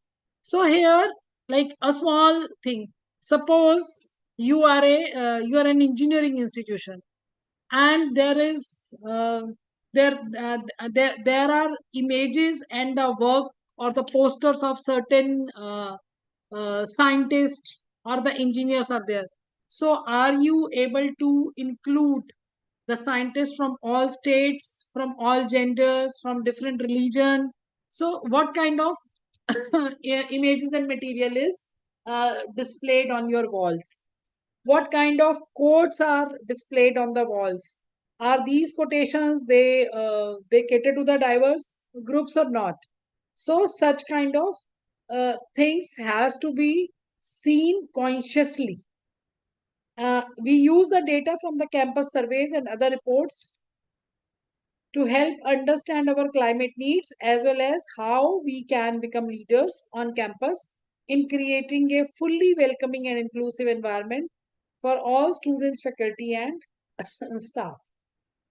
Our staff as well as our physical spaces provide a comfortable environment of discussion for the personal and the academic topics related to the race, ethnicity, gender identity, religion, sexual orientation, socioeconomic status, disability, ability, nationality, and other areas of diversity. So, all this assessment has to be made, and we have to see that suppose today we are taking some assessment and say most of the questions they have the answers, don't know, then after some time, if you are again going through the questionnaire, have we progressed from don't know to sometimes, have we progressed from sometimes to yes, and so on. So we need to do this kind of survey, I think quarterly. After every 3 months, this kind of survey shall be done by the institutions to understand that how they are progressing regarding this. So now I would like all of you to brainstorm, and you can start by looking ahead 3 to 5 years. So, not right now. I'm saying that today, many of the questions which I asked here, you might be feeling that you don't know the answers. But if you just think about 3 to 5 years, can you write the vision statement of your institution, which is there in relation to the equity, inclusion, and diversity? So please write down a vision statement. I would like to read that in the chat box. We are giving you 3 to 5 minutes. If you are sitting with somebody, you can discuss also, and keep writing, keep posting in the chat box that what is your vision regarding the equity vision, not your personal vision, but the vision of your institution regarding the equity, inclusion, and diversity. And questions which can spark this kind of visioning, they may include if we are successful in advancing equity, inclusion, and diversity in our mission programs and service, workplace, workforce, what would that look like 5 years from now? I am giving you the hints. 5 years from now, in research, in teaching, in public service, in expanding pathways to access and success, in fostering and engaging and healthy campus climate, or what kind of changes you hope to achieve. So now your time starts now. I'm giving you 5 minutes, and I'm waiting for your responses through the chat box. Please write the vision statement and the mission statement.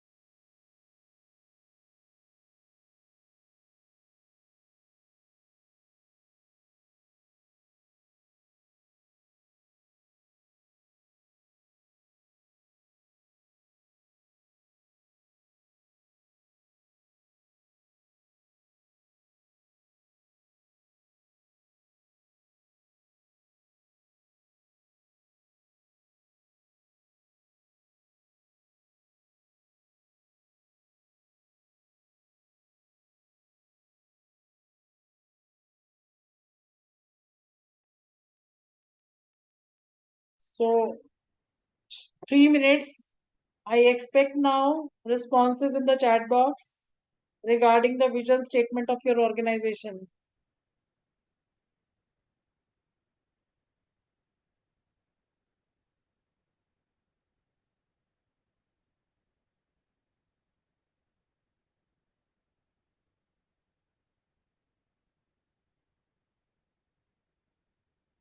There is nothing right and nothing wrong, so you can share your vision statements here.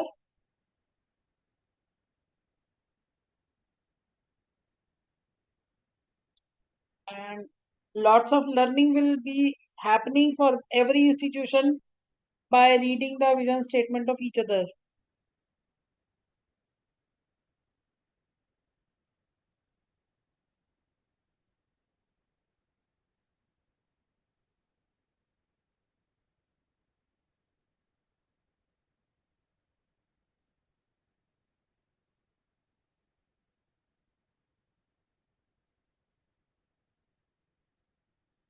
To create the best citizen for nation building, to protect the user right information. Sir, this is okay, but you need to include the vision which refers to the equity, inclusion, and diversity. So your vision statement should have this. Mr. Prakash Upadhyay ji.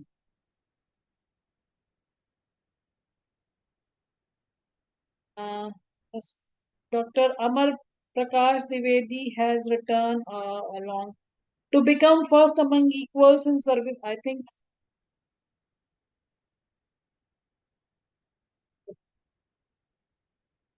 to establish student difficulty in context with designing and documentary research activities by allowing diversity of views, right? So designing and documenting research activities, that's nice that they have used the research.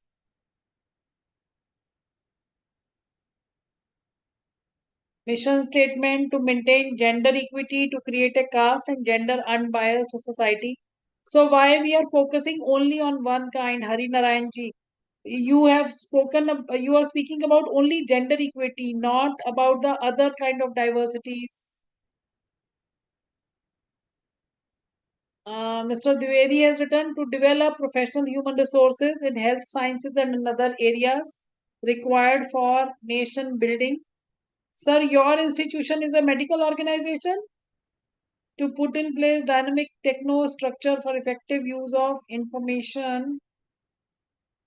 So he's addressing equity and inclusion through the technology and the health sciences. But in all aspects, this has to be there. So he has written in curriculum development, pedagogy, and system management to create learner-centric ecosystem. This is excellent. You have written to create learner-centric ecosystem and support to develop all-round personality of learners. I would suggest of all type of learners, not only the learners, but please write all type of learners. D.Y. Patil University to become first among equals in the service of humanity through education mission. Sir, this is okay. First among equals in the service because it is not giving very clear indication of inclusion. Our messages should be very, very clear.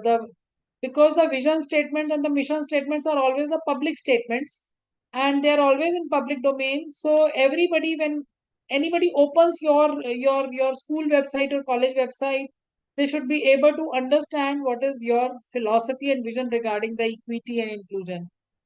To create a caste and gender unbiased society. Okay. Only gender, rest of the things also. To bring Prakash Upadhyay ji has written to bring people with and without disabilities together in equal partnership to build and promote culture of openness. Nice one. It's very good. To build a student-centric organization that imparts experiential, innovative, and sustainable life skills as well as solve social problems. Sir, here student-centric organization is okay, but when we are talking about the inclusion, then we said that apart from the students, inclusion of rest of the people in the organization is also very important. So somewhere make them also the part of your mission or vision statement. Dr. Vasudev Gale. So Sachin Musle has returned to provide the students with knowledge, skills, values, and sensitivity to face the challenges in life, both in academic field as well as in their personal life, to develop the human potentials.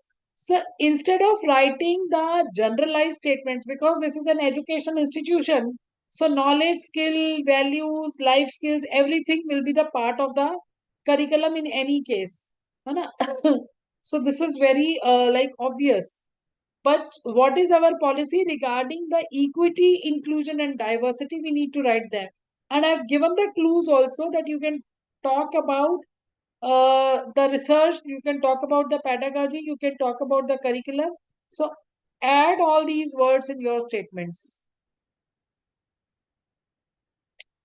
To develop, to provide value added services to the society.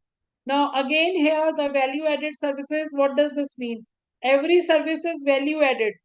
Even if you are fitting RO in somebody's place, that is also a value added service because it is going to keep somebody healthy. So, as an education institution, our statement should be very clear and crisp. Our clear aim is to include diversity and equity.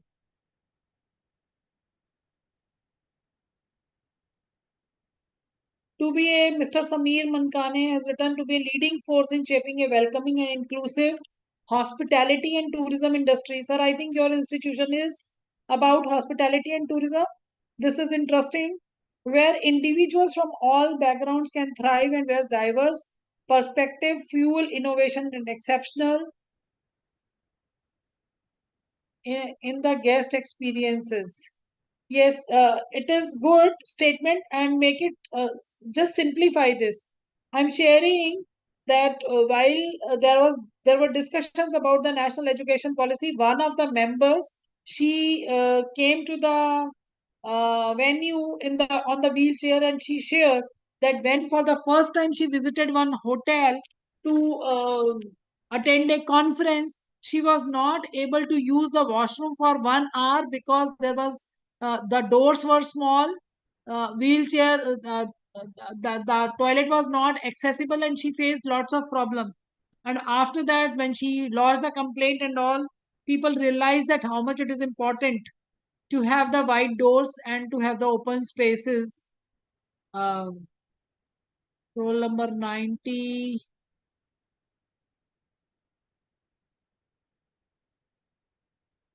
So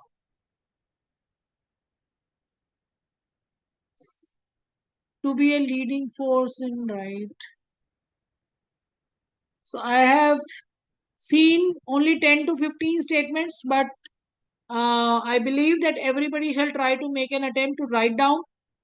And please write down using the simple words, the clues which are given here, that it should be regarding research, teaching, public service, expanding pathways to success in fostering and engaging healthy campus climate. And for the workplace as well as for the workforce. Okay. So next is to make the goal development sheet. Now you have written the vision statement, you have written the mission statement. Now you are clear that after 5 years what you want to achieve, in 1 year what you want to achieve. Now, but how will you achieve that?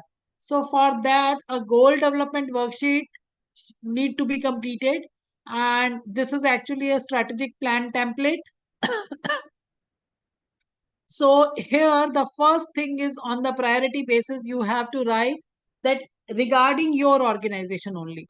What are the opportunities there or challenges there or the needs there, and what direction you would like to pursue. So need, challenges, opportunities, and the direction. Your goal development worksheet should have the first part is this. Second is relevant factors and assumptions. That means you need to see that what are the various factors due to which, say, accessibility is a problem. Accessibility to the various places is a problem. So write down all the factors which are relevant on and on which you have to work. The third is The fourth one is, third one is some problem is there. You have to write your goal for a year and goal for 2 to 3 years, and then write down what will be the strategies you are going to adopt. And second is what will be the deliverables. So, what strategy for what purpose? So, after implementation of that strategy, what is your expected outcome? Maybe if you are saying that you are going to develop the ramp, okay, so with the help of your strategy is making ramp, okay, so deliverables will be that even a child on the wheelchair can use the ramp and the classrooms will become accessible for them.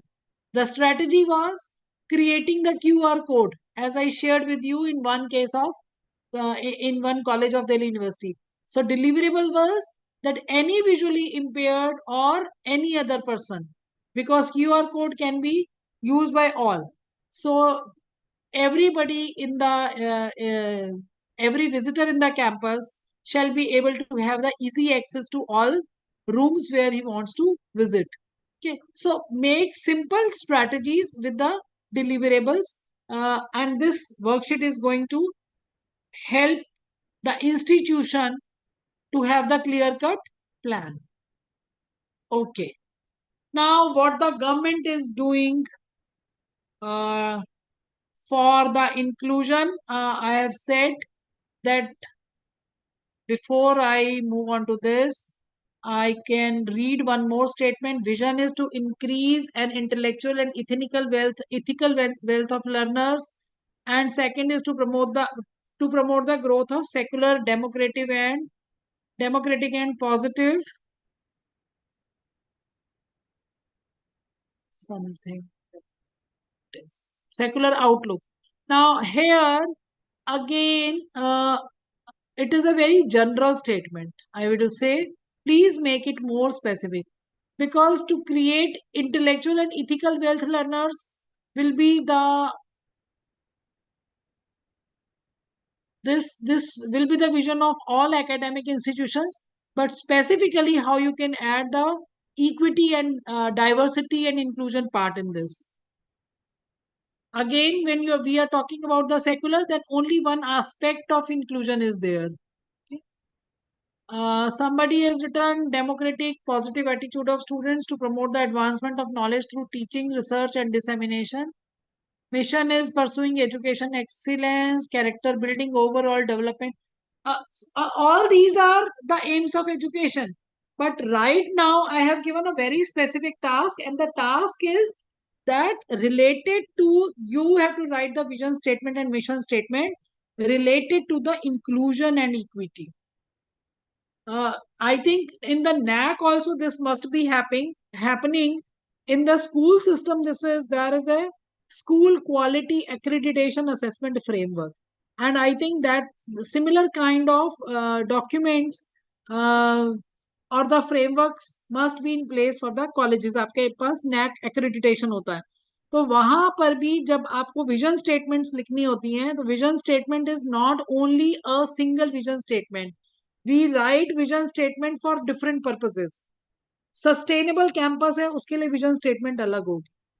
Inclusion की बात कर रहे हैं, vision statement अलग होगी.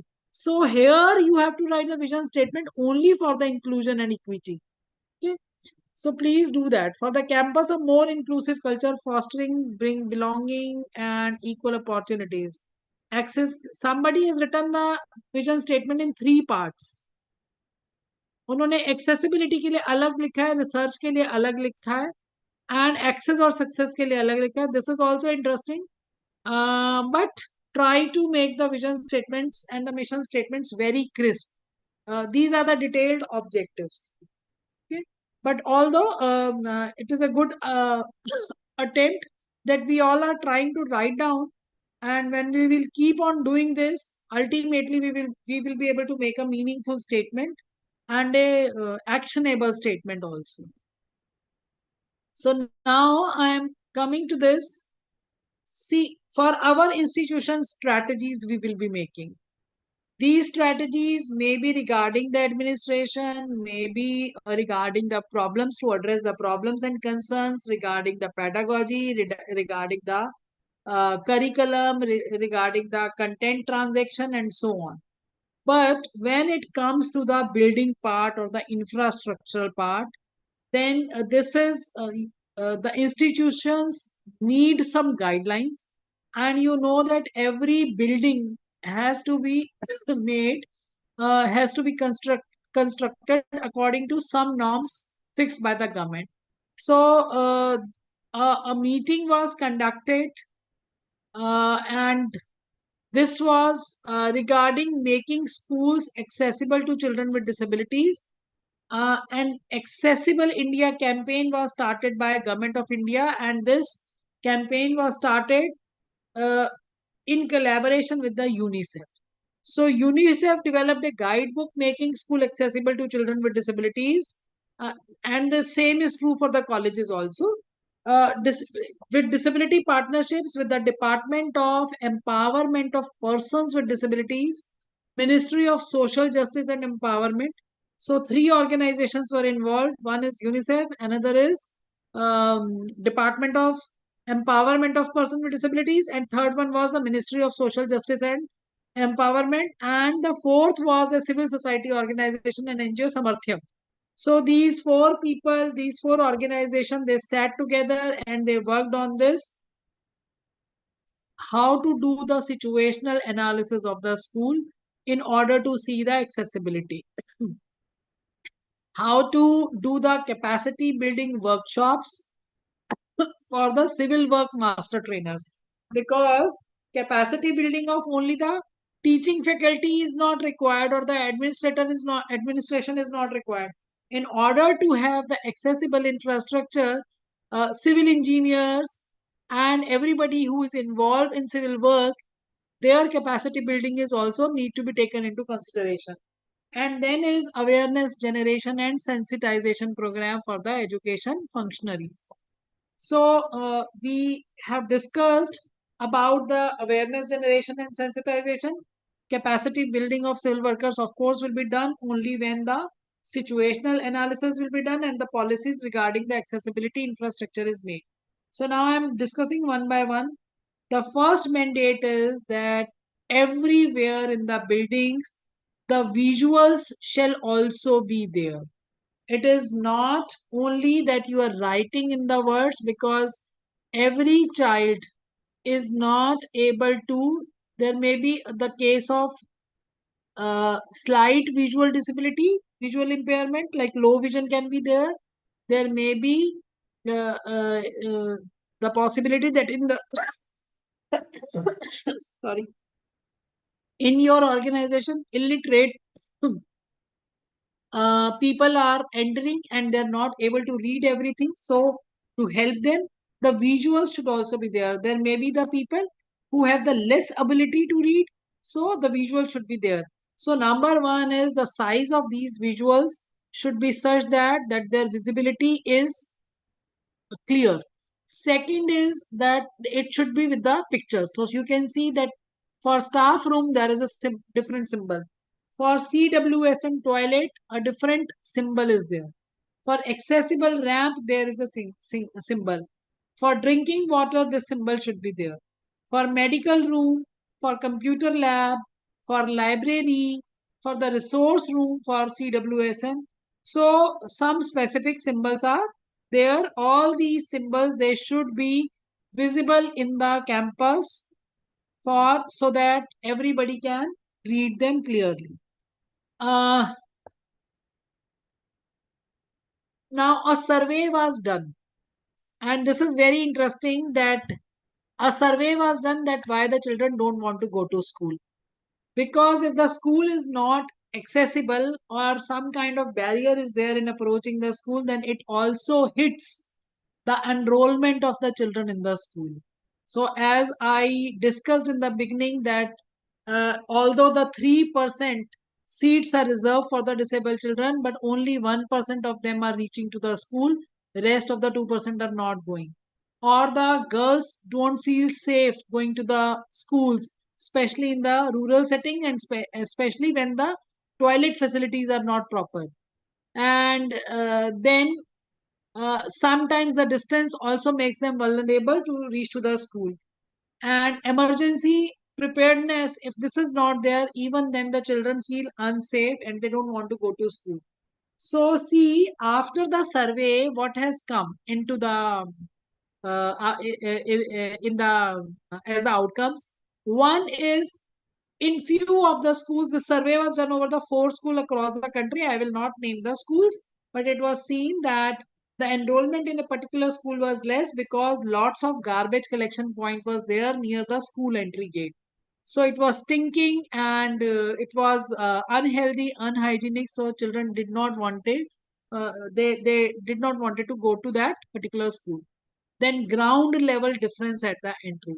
So if the gate entrance is not smooth, उबड़ खाबड़ है, curls है, smooth surface नहीं है, even then the children they feel discomfortable and they feel that it is difficult to enter into the school and they don't want to go. Then small doors at the entry. Lack of tactile warning and guiding tiles at entry and pathway. So this is also a problem because the tactile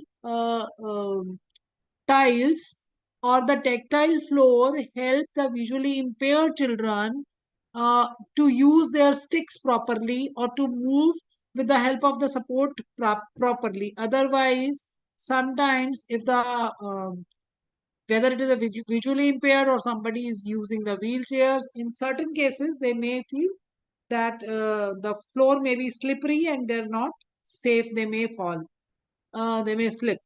Lack of speed limit signage at both side of road near school entry or exit gate.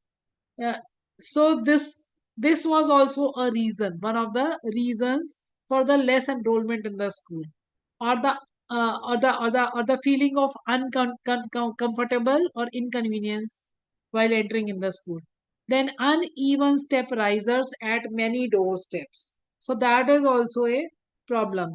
So steps are there, but steps are uneven. They are not properly maintained. So that also create the problem for the smooth entry into the school. Then the survey of corridors and staircases is also done. And here uh, it has been seen that there are obstacles in the corridors in terms of, like, if some room's window is opening in the corridor and the door is opening in the corridor, then the students they may get hurt through those windows and through the doors. So the door opening and the window opening should be inside the room, or it should be the sliding window, so that on either side, on neither side, there is obstacle and children feel comfortable. Then parapet wall instead of railing, which is for safety, not to hold in the staircase. So this is also one of the problems. So proper railing is required in the schools or the colleges staircase instead of the parapet wall. Uneven step risers of stairs. And sometimes you must have also seen that the stairs height is too high. Like if the height is too much, then again it is not comfortable to climb the stairs. So lack of railing, improper height, lack of continuity, that is lack of pathway connecting all scattered building blocks at same ground or through ramp. Now, uh, uh, this uh, survey is done in a particular area, but you may see that even in your college or in your institution, there is a possibility that few areas maybe entrance is very smooth, but some part of the college is there where this kind of problem may occur. So throughout the building, the uh, uh, the norms is to be maintained so that they don't create any cause of accident for anybody. Then small step of floor level gaps in the corridor, lack of tactile warning. Now, an experiment was done in the Gujarat, and this experiment is a very popular experiment. This is I-BALA. That means inclusive building as learning aid. So here the building is also a learning aid, and building is made in such a way that it is comfortable also. So this is a very interesting experiment. Sign language, I have already spoken that sign language should be used. Visuals shall be visual chart should be there in every area, and sign language chart should also be there in every area, and signages along with the brailled text at the accessible height for the classroom, toilets, drinking water, etc. Now, instead of braille text, you can also use that QR code app kind of thing, which I have shared with you. Major issues which were found in the ramp existing but not non-availability of railing. Now, if ramp is without railing and there is no proper support, then this ramp is useless. So non-usable ramp on account of the closed entry against it through grill. Ramp लगा दी लेकिन grill से बंद कर दी, ramp को use नहीं कर पा रहे, वो भी एक दूसरे टाइप की प्रॉब्लम है. Sand pit near the ramp, so that sand pit होने से क्या होगा कि sand pit and blue stand can be the starting point of ramp, और रैंप वो शुरू में ही स्लिप कर जाएगा. So that is also a problem. So people even are not aware of what is the use of ramp. So since that unawareness is there, so insensitivity towards the usability of ramp is also there. And in such cases, the ramp is not properly maintained. Even if it exists, it is not of use. So ignorance of the norms for the ramp railing height, width, and slope ratio. There are specific ratios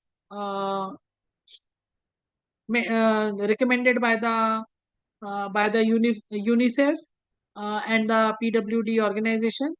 Non-availability of railing at both sides with standardized height, length, and diameter. Unused object placed in front of the ramp. Ramp को कुछ रख करके आपने रास्ता बंद कर दिया तो फिर रैम्प बनाने का फायदा नहीं है. Unmaintained transition points of ramp, unavailability of the landing area. Ramp है पर लैंडिंग एरिया नहीं है कि व्हीलचेयर कैसे रुकेगी, कैसे चढ़ेगी. Is it near the toilet, is it going into the opening into the corridor, and so on. So all such things has been taken into account. Then it is also seen that sometimes the ramp is there at one or the other gate, but it is not near the library, near the drinking water, near the toilet area, near the wash area, near the headmistress room or principal's room. So the child has to move around. If some kind of facility is recommended by the government, it has to be seen through the infrastructure building norms that it is at every place, so that the whole building is accessible. Similarly, in the accessibility of the toilets, so few points I have already shared with you uh, regarding the width of the door. Then sometimes people make those toilets, if they are unused, as the dumping rooms. So dump buckets, sweeping tools, and all those kind of things are there. Proper sign language is not there. Standard dimensions are not followed for the CWSN diameter toilets. So the standard dimension is that 2 meter by 2.2 meter size, 1.5 meter turning space for the wheelchair, door opening outside, door handle, switchboard, height, L shape and U shape grab bar, etc. So all these kind of things need to be taken care of, and ultimately I will say that if we as leaders understand our responsibility and are vigilant towards it, only then we can work for the welfare of the for the nation. But I have seen that people still have the stigmas and taboos regarding the diversity, regarding the inclusion, and regarding giving them equal opportunity. So again, I would like to share one case with you that We trained a team of visually impaired students which is Asia's first team who does acrobatic yoga, who does um, the rhythmic yoga, which is quite difficult. So initially, when we started working over them, we also have the mindset that it is not possible to teach them because they are not able to see, so they will not be able to follow the instructions. Uh, so the teacher has to make extra effort and has to explain them everything by touching them, and then gradually, by practice, there was such a beautiful coherence between all team members, and they were performing difficult asanas, and then later on they started performing difficult formations like making the pyramids, um, uh, picking one child and rotating and all that. So lots of difficult, challenging steps were there in the rhythmic yoga, but they were able to perform. Now, why I am sharing this story, we generally, what happens is that when we feel that somebody has some limitation, we stop expecting from them. We don't increase the benchmark. We, in fact, lower down the benchmark, and this we do with every child. Class में कोई बच्चा पीछे रह गया, अच्छे से नहीं पढ़ पाया, लो परफॉर्मर है, तो हम अपना बेंचमार्क उसके लिए कम कर देते हैं, बजाय इसके कि उसको हम और चैलेंजेस दें या उसको और ट्रेनिंग दें और प्रैक्टिस दें. तो इन बच्चों के साथ में भी ऐसा ही हो रहा था. These children, they shared their stories with me. Most of them, they are belonging to the good um, middle class families, but they were almost abandoned by their families, and they were staying with some NGOs as the in their hostels, but the proper facilities were not available to them. So when we took this as a challenge to teach them rhythmic yoga, so they became so beautiful performers that ultimately they were able to record their name in the Asia Book of Records as the first team of the visually impaired children of the South Asia, which perform the acrobatic yoga. They become the star performers, and they became the celebrities. They appeared on almost every TV channel, and their performances people wanted to see. They still want to see. Now, what happened? One of the child, he shared with me that earlier my family never introduced us to our cousins, our friends, to their friends, to other family members, and so on. But when they become celebrity, they were recognized nationally, and they went back to their places during the summer vacations. Then they said that for the first time we got the recognition and acknowledgement, and everybody appreciated us, and they wanted to talk to us. Our cousins, for the first time, they came to meet us. They brought their friends also, and uh, then some of their friends, they also asked us that we also want to learn this art, so please teach us. And we told them that we teach, but we don't teach free of cost. We charge the money for that. And then they ultimately ended into coaching them and earning their pocket money from this. So children, they became self sustainable also. So, if we come across anybody in our surroundings who are having some kind of limitation, as teacher, it is our prime responsibility to encourage them, to give them challenging tasks, to break their inhibitions, to let them come out of their limitations, and then the whole scenario will change, the whole canvas of the life will change, and you will not be knowing that what value addition you have made in somebody's life. So I would like to request to all of you that please take this issue very seriously, diversity, inclusion, and equity, and make equity. Please be committed to equity.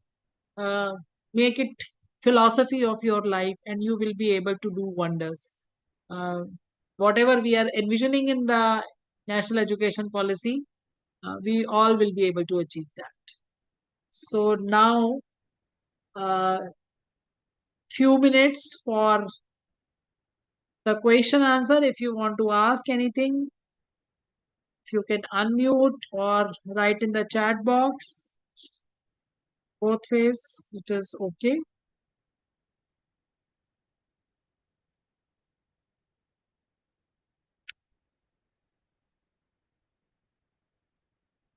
Any questions, any comments, uh, anything which you want to discuss?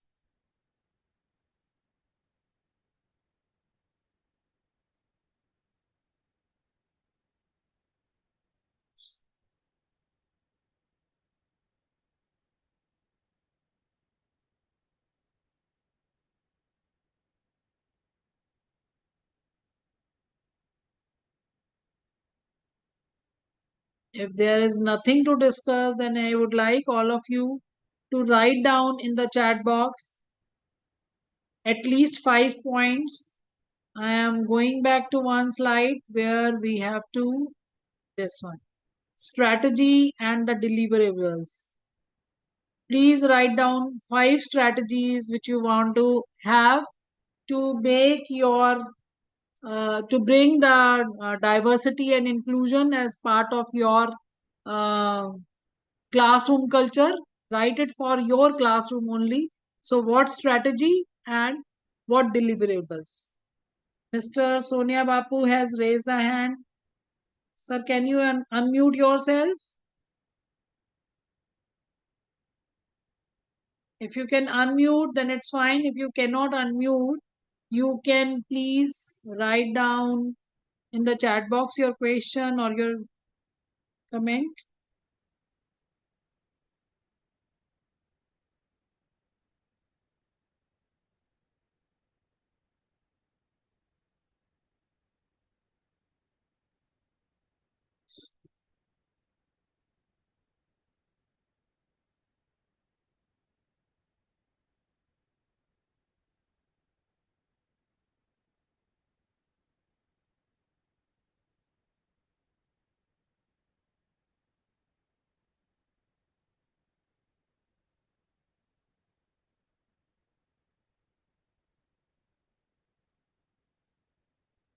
Somebody has raised the hand. Please write down your question or remark. I can read your remarks here, the comments here.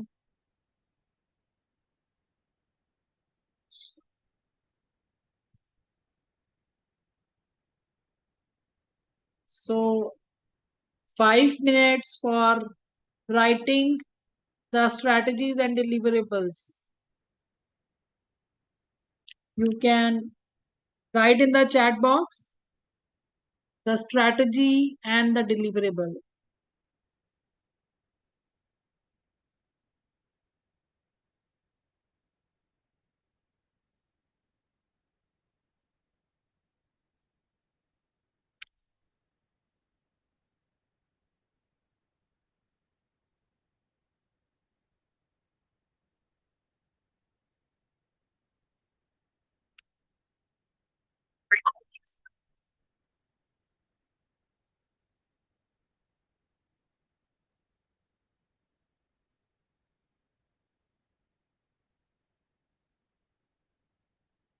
So this is 4:54. 4 minutes for writing the deliverables and the strategies. This could be a classroom strategy. This could be a like pedagogical strategy. This could be the strategy for making them participate. I could see your raised hand, Mr. Sonia Bapu More, but I can't help it. I cannot unmute you. So please write down in the chat box.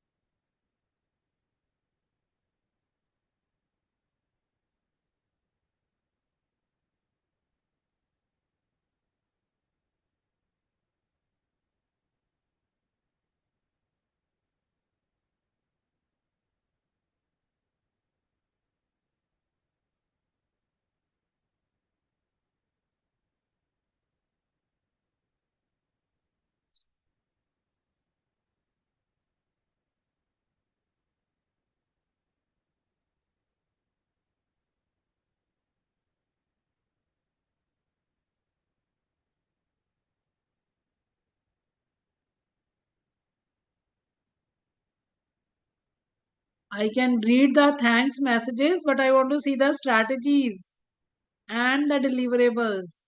So anything which has clicked to your mind after this discussion, you can write down here.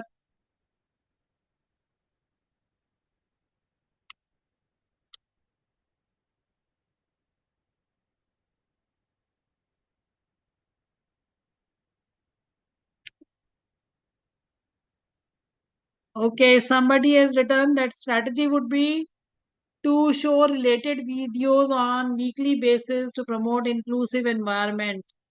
This is interesting strategy. Yes, you can sensitize the people with this, and also the empathetic attitude will be developed. Very nice. More strategies I am looking for. Mr. Prakash has written the strategy.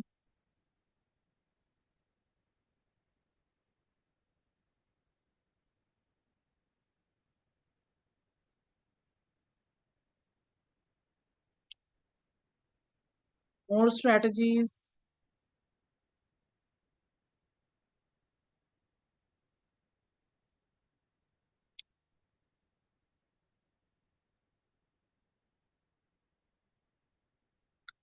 In the meanwhile, if somebody can inform the director, sir. Okay. One is classroom culture is created by the language we use in teaching, the incentives, responsibilities, and practice we teach. Creating a positive classroom culture to foster students' creativity, curiosity, and desire to learn. Sir, this is very interesting, but write down this as a strategy and the outcome. For example, previously Mr. Upadhyay has written that strategy will be that he will be showing lots and lots of videos. And the outcome in that case was sensitization and awareness. So here, I think you want to say that students might be using different languages. So you will try to create a culture where they are motivated to learn each other's language. Then is positive reinforcement, showing models, incorporate self-reflection and opportunities. This is very nice, but what is this showing models? This I don't understand. Positive reinforcement is okay. Incorporate self-reflection is okay. Opportunities is okay. But what is models and what will be the outcome? Role plays, case studies, they will help in creating classroom culture. Okay, good. Will ask student to participate in the cultural activities like drama, one act play. Yes. So collaborative activities in the co-curricular as well as in the curricular area. What more can be there? So we have right now discussed that strategies has to be made at many parts. One is about infrastructure. You need to make a strategy. Second is if any of you can think of any one strategy regarding the infrastructural improvement and the accessibility, you can write here. Second is accessibility regarding oh sorry strategy regarding creating positive culture, positive environment, which few of you are writing also. Third is creating strategy to improve research in their learning models. Okay. So for models, the madam has written real-time models or the science labs. You want to give some experiential exposure or hands-on activities. This is what I get. Bring students to the field visit and on-site learning experience, QR code of infrastructure, action research. Action research, for action research, can you give some idea? Any small problem of action research?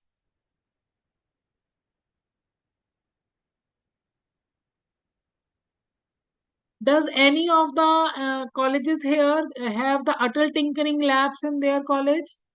ATL in their institutions? Near industrial visit. This is nice. Real-time learnings is good.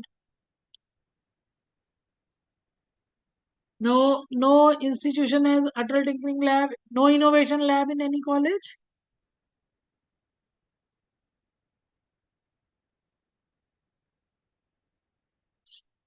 Okay.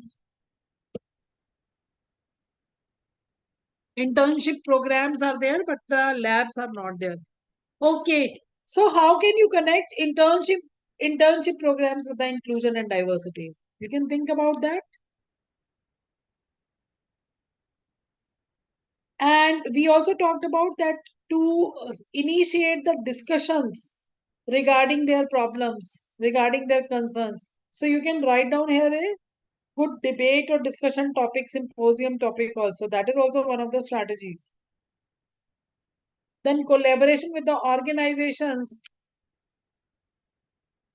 which can help you in understanding their problems more. For example, if say there is a visually impaired child, then can you collaborate with the organizations like National Association of Blinds, which because they provide training to the concerned teachers also about the braille, and some certain softwares are also there, like joystick is there.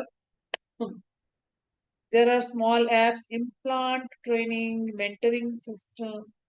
What is implant training, Dr. Yogita? What do you mean by implant training?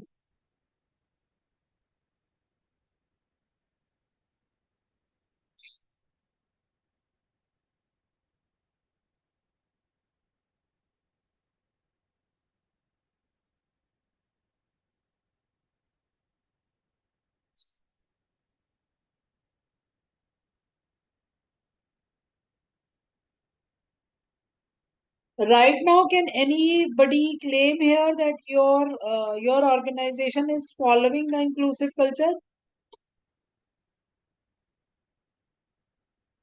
Anybody would like to comment over that?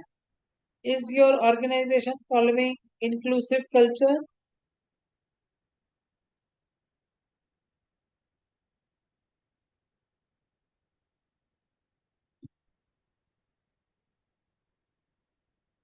Students take training in that industry like ETP. What is ETP, sir? ETP. Dr. Yogita, what is ETP?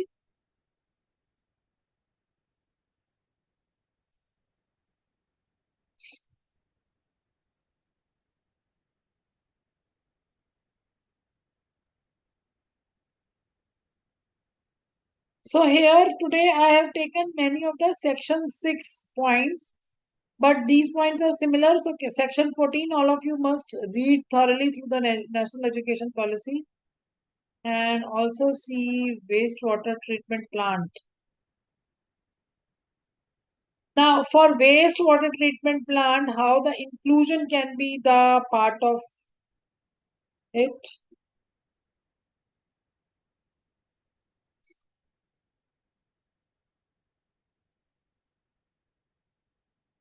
What is the inclusion policy here in this case?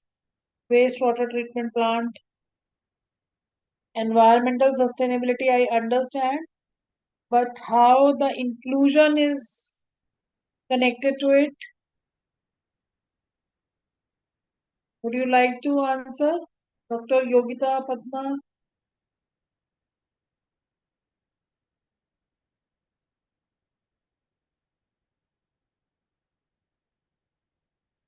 to provide study material with braille for special children is good. And if the children have have the access to laptops or tabs and on, then joystick software is there, with the help of which they can read.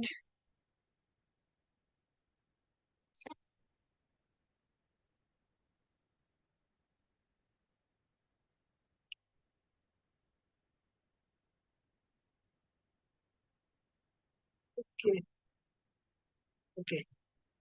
So I have to ask two questions as per the mandate. So first question is, please write down the name of the act. Which act? in the 2016 was made, which every school or college must have? Write the name of the act.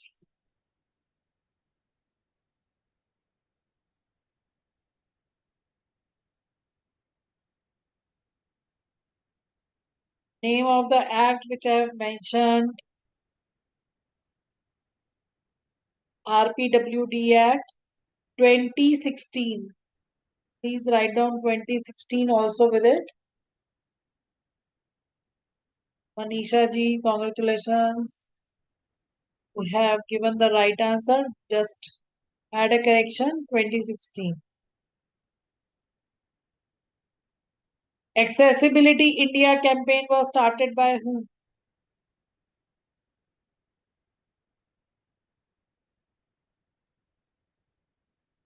Accessibility India campaign. 4 organizations were part of it.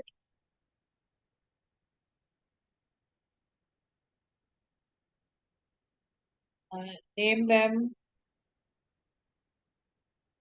Accessibility India campaign.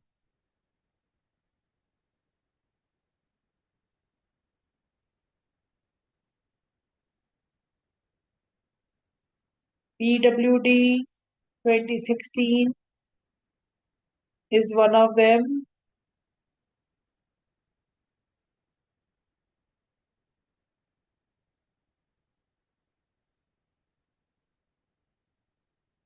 RCI is Rehabilitation Council of India.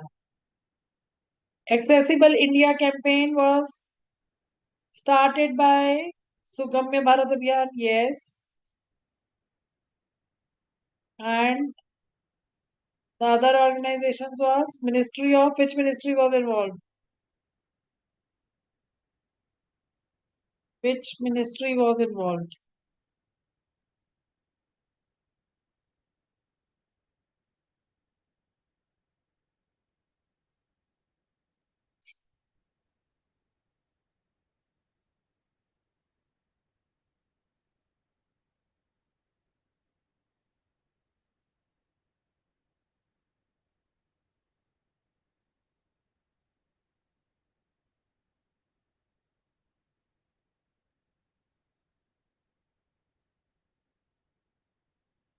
Along with UNICEF, this was empowerment of Department of Empowerment of Person with Disability and Ministry of Social Justice and Empowerment and Samarthyam.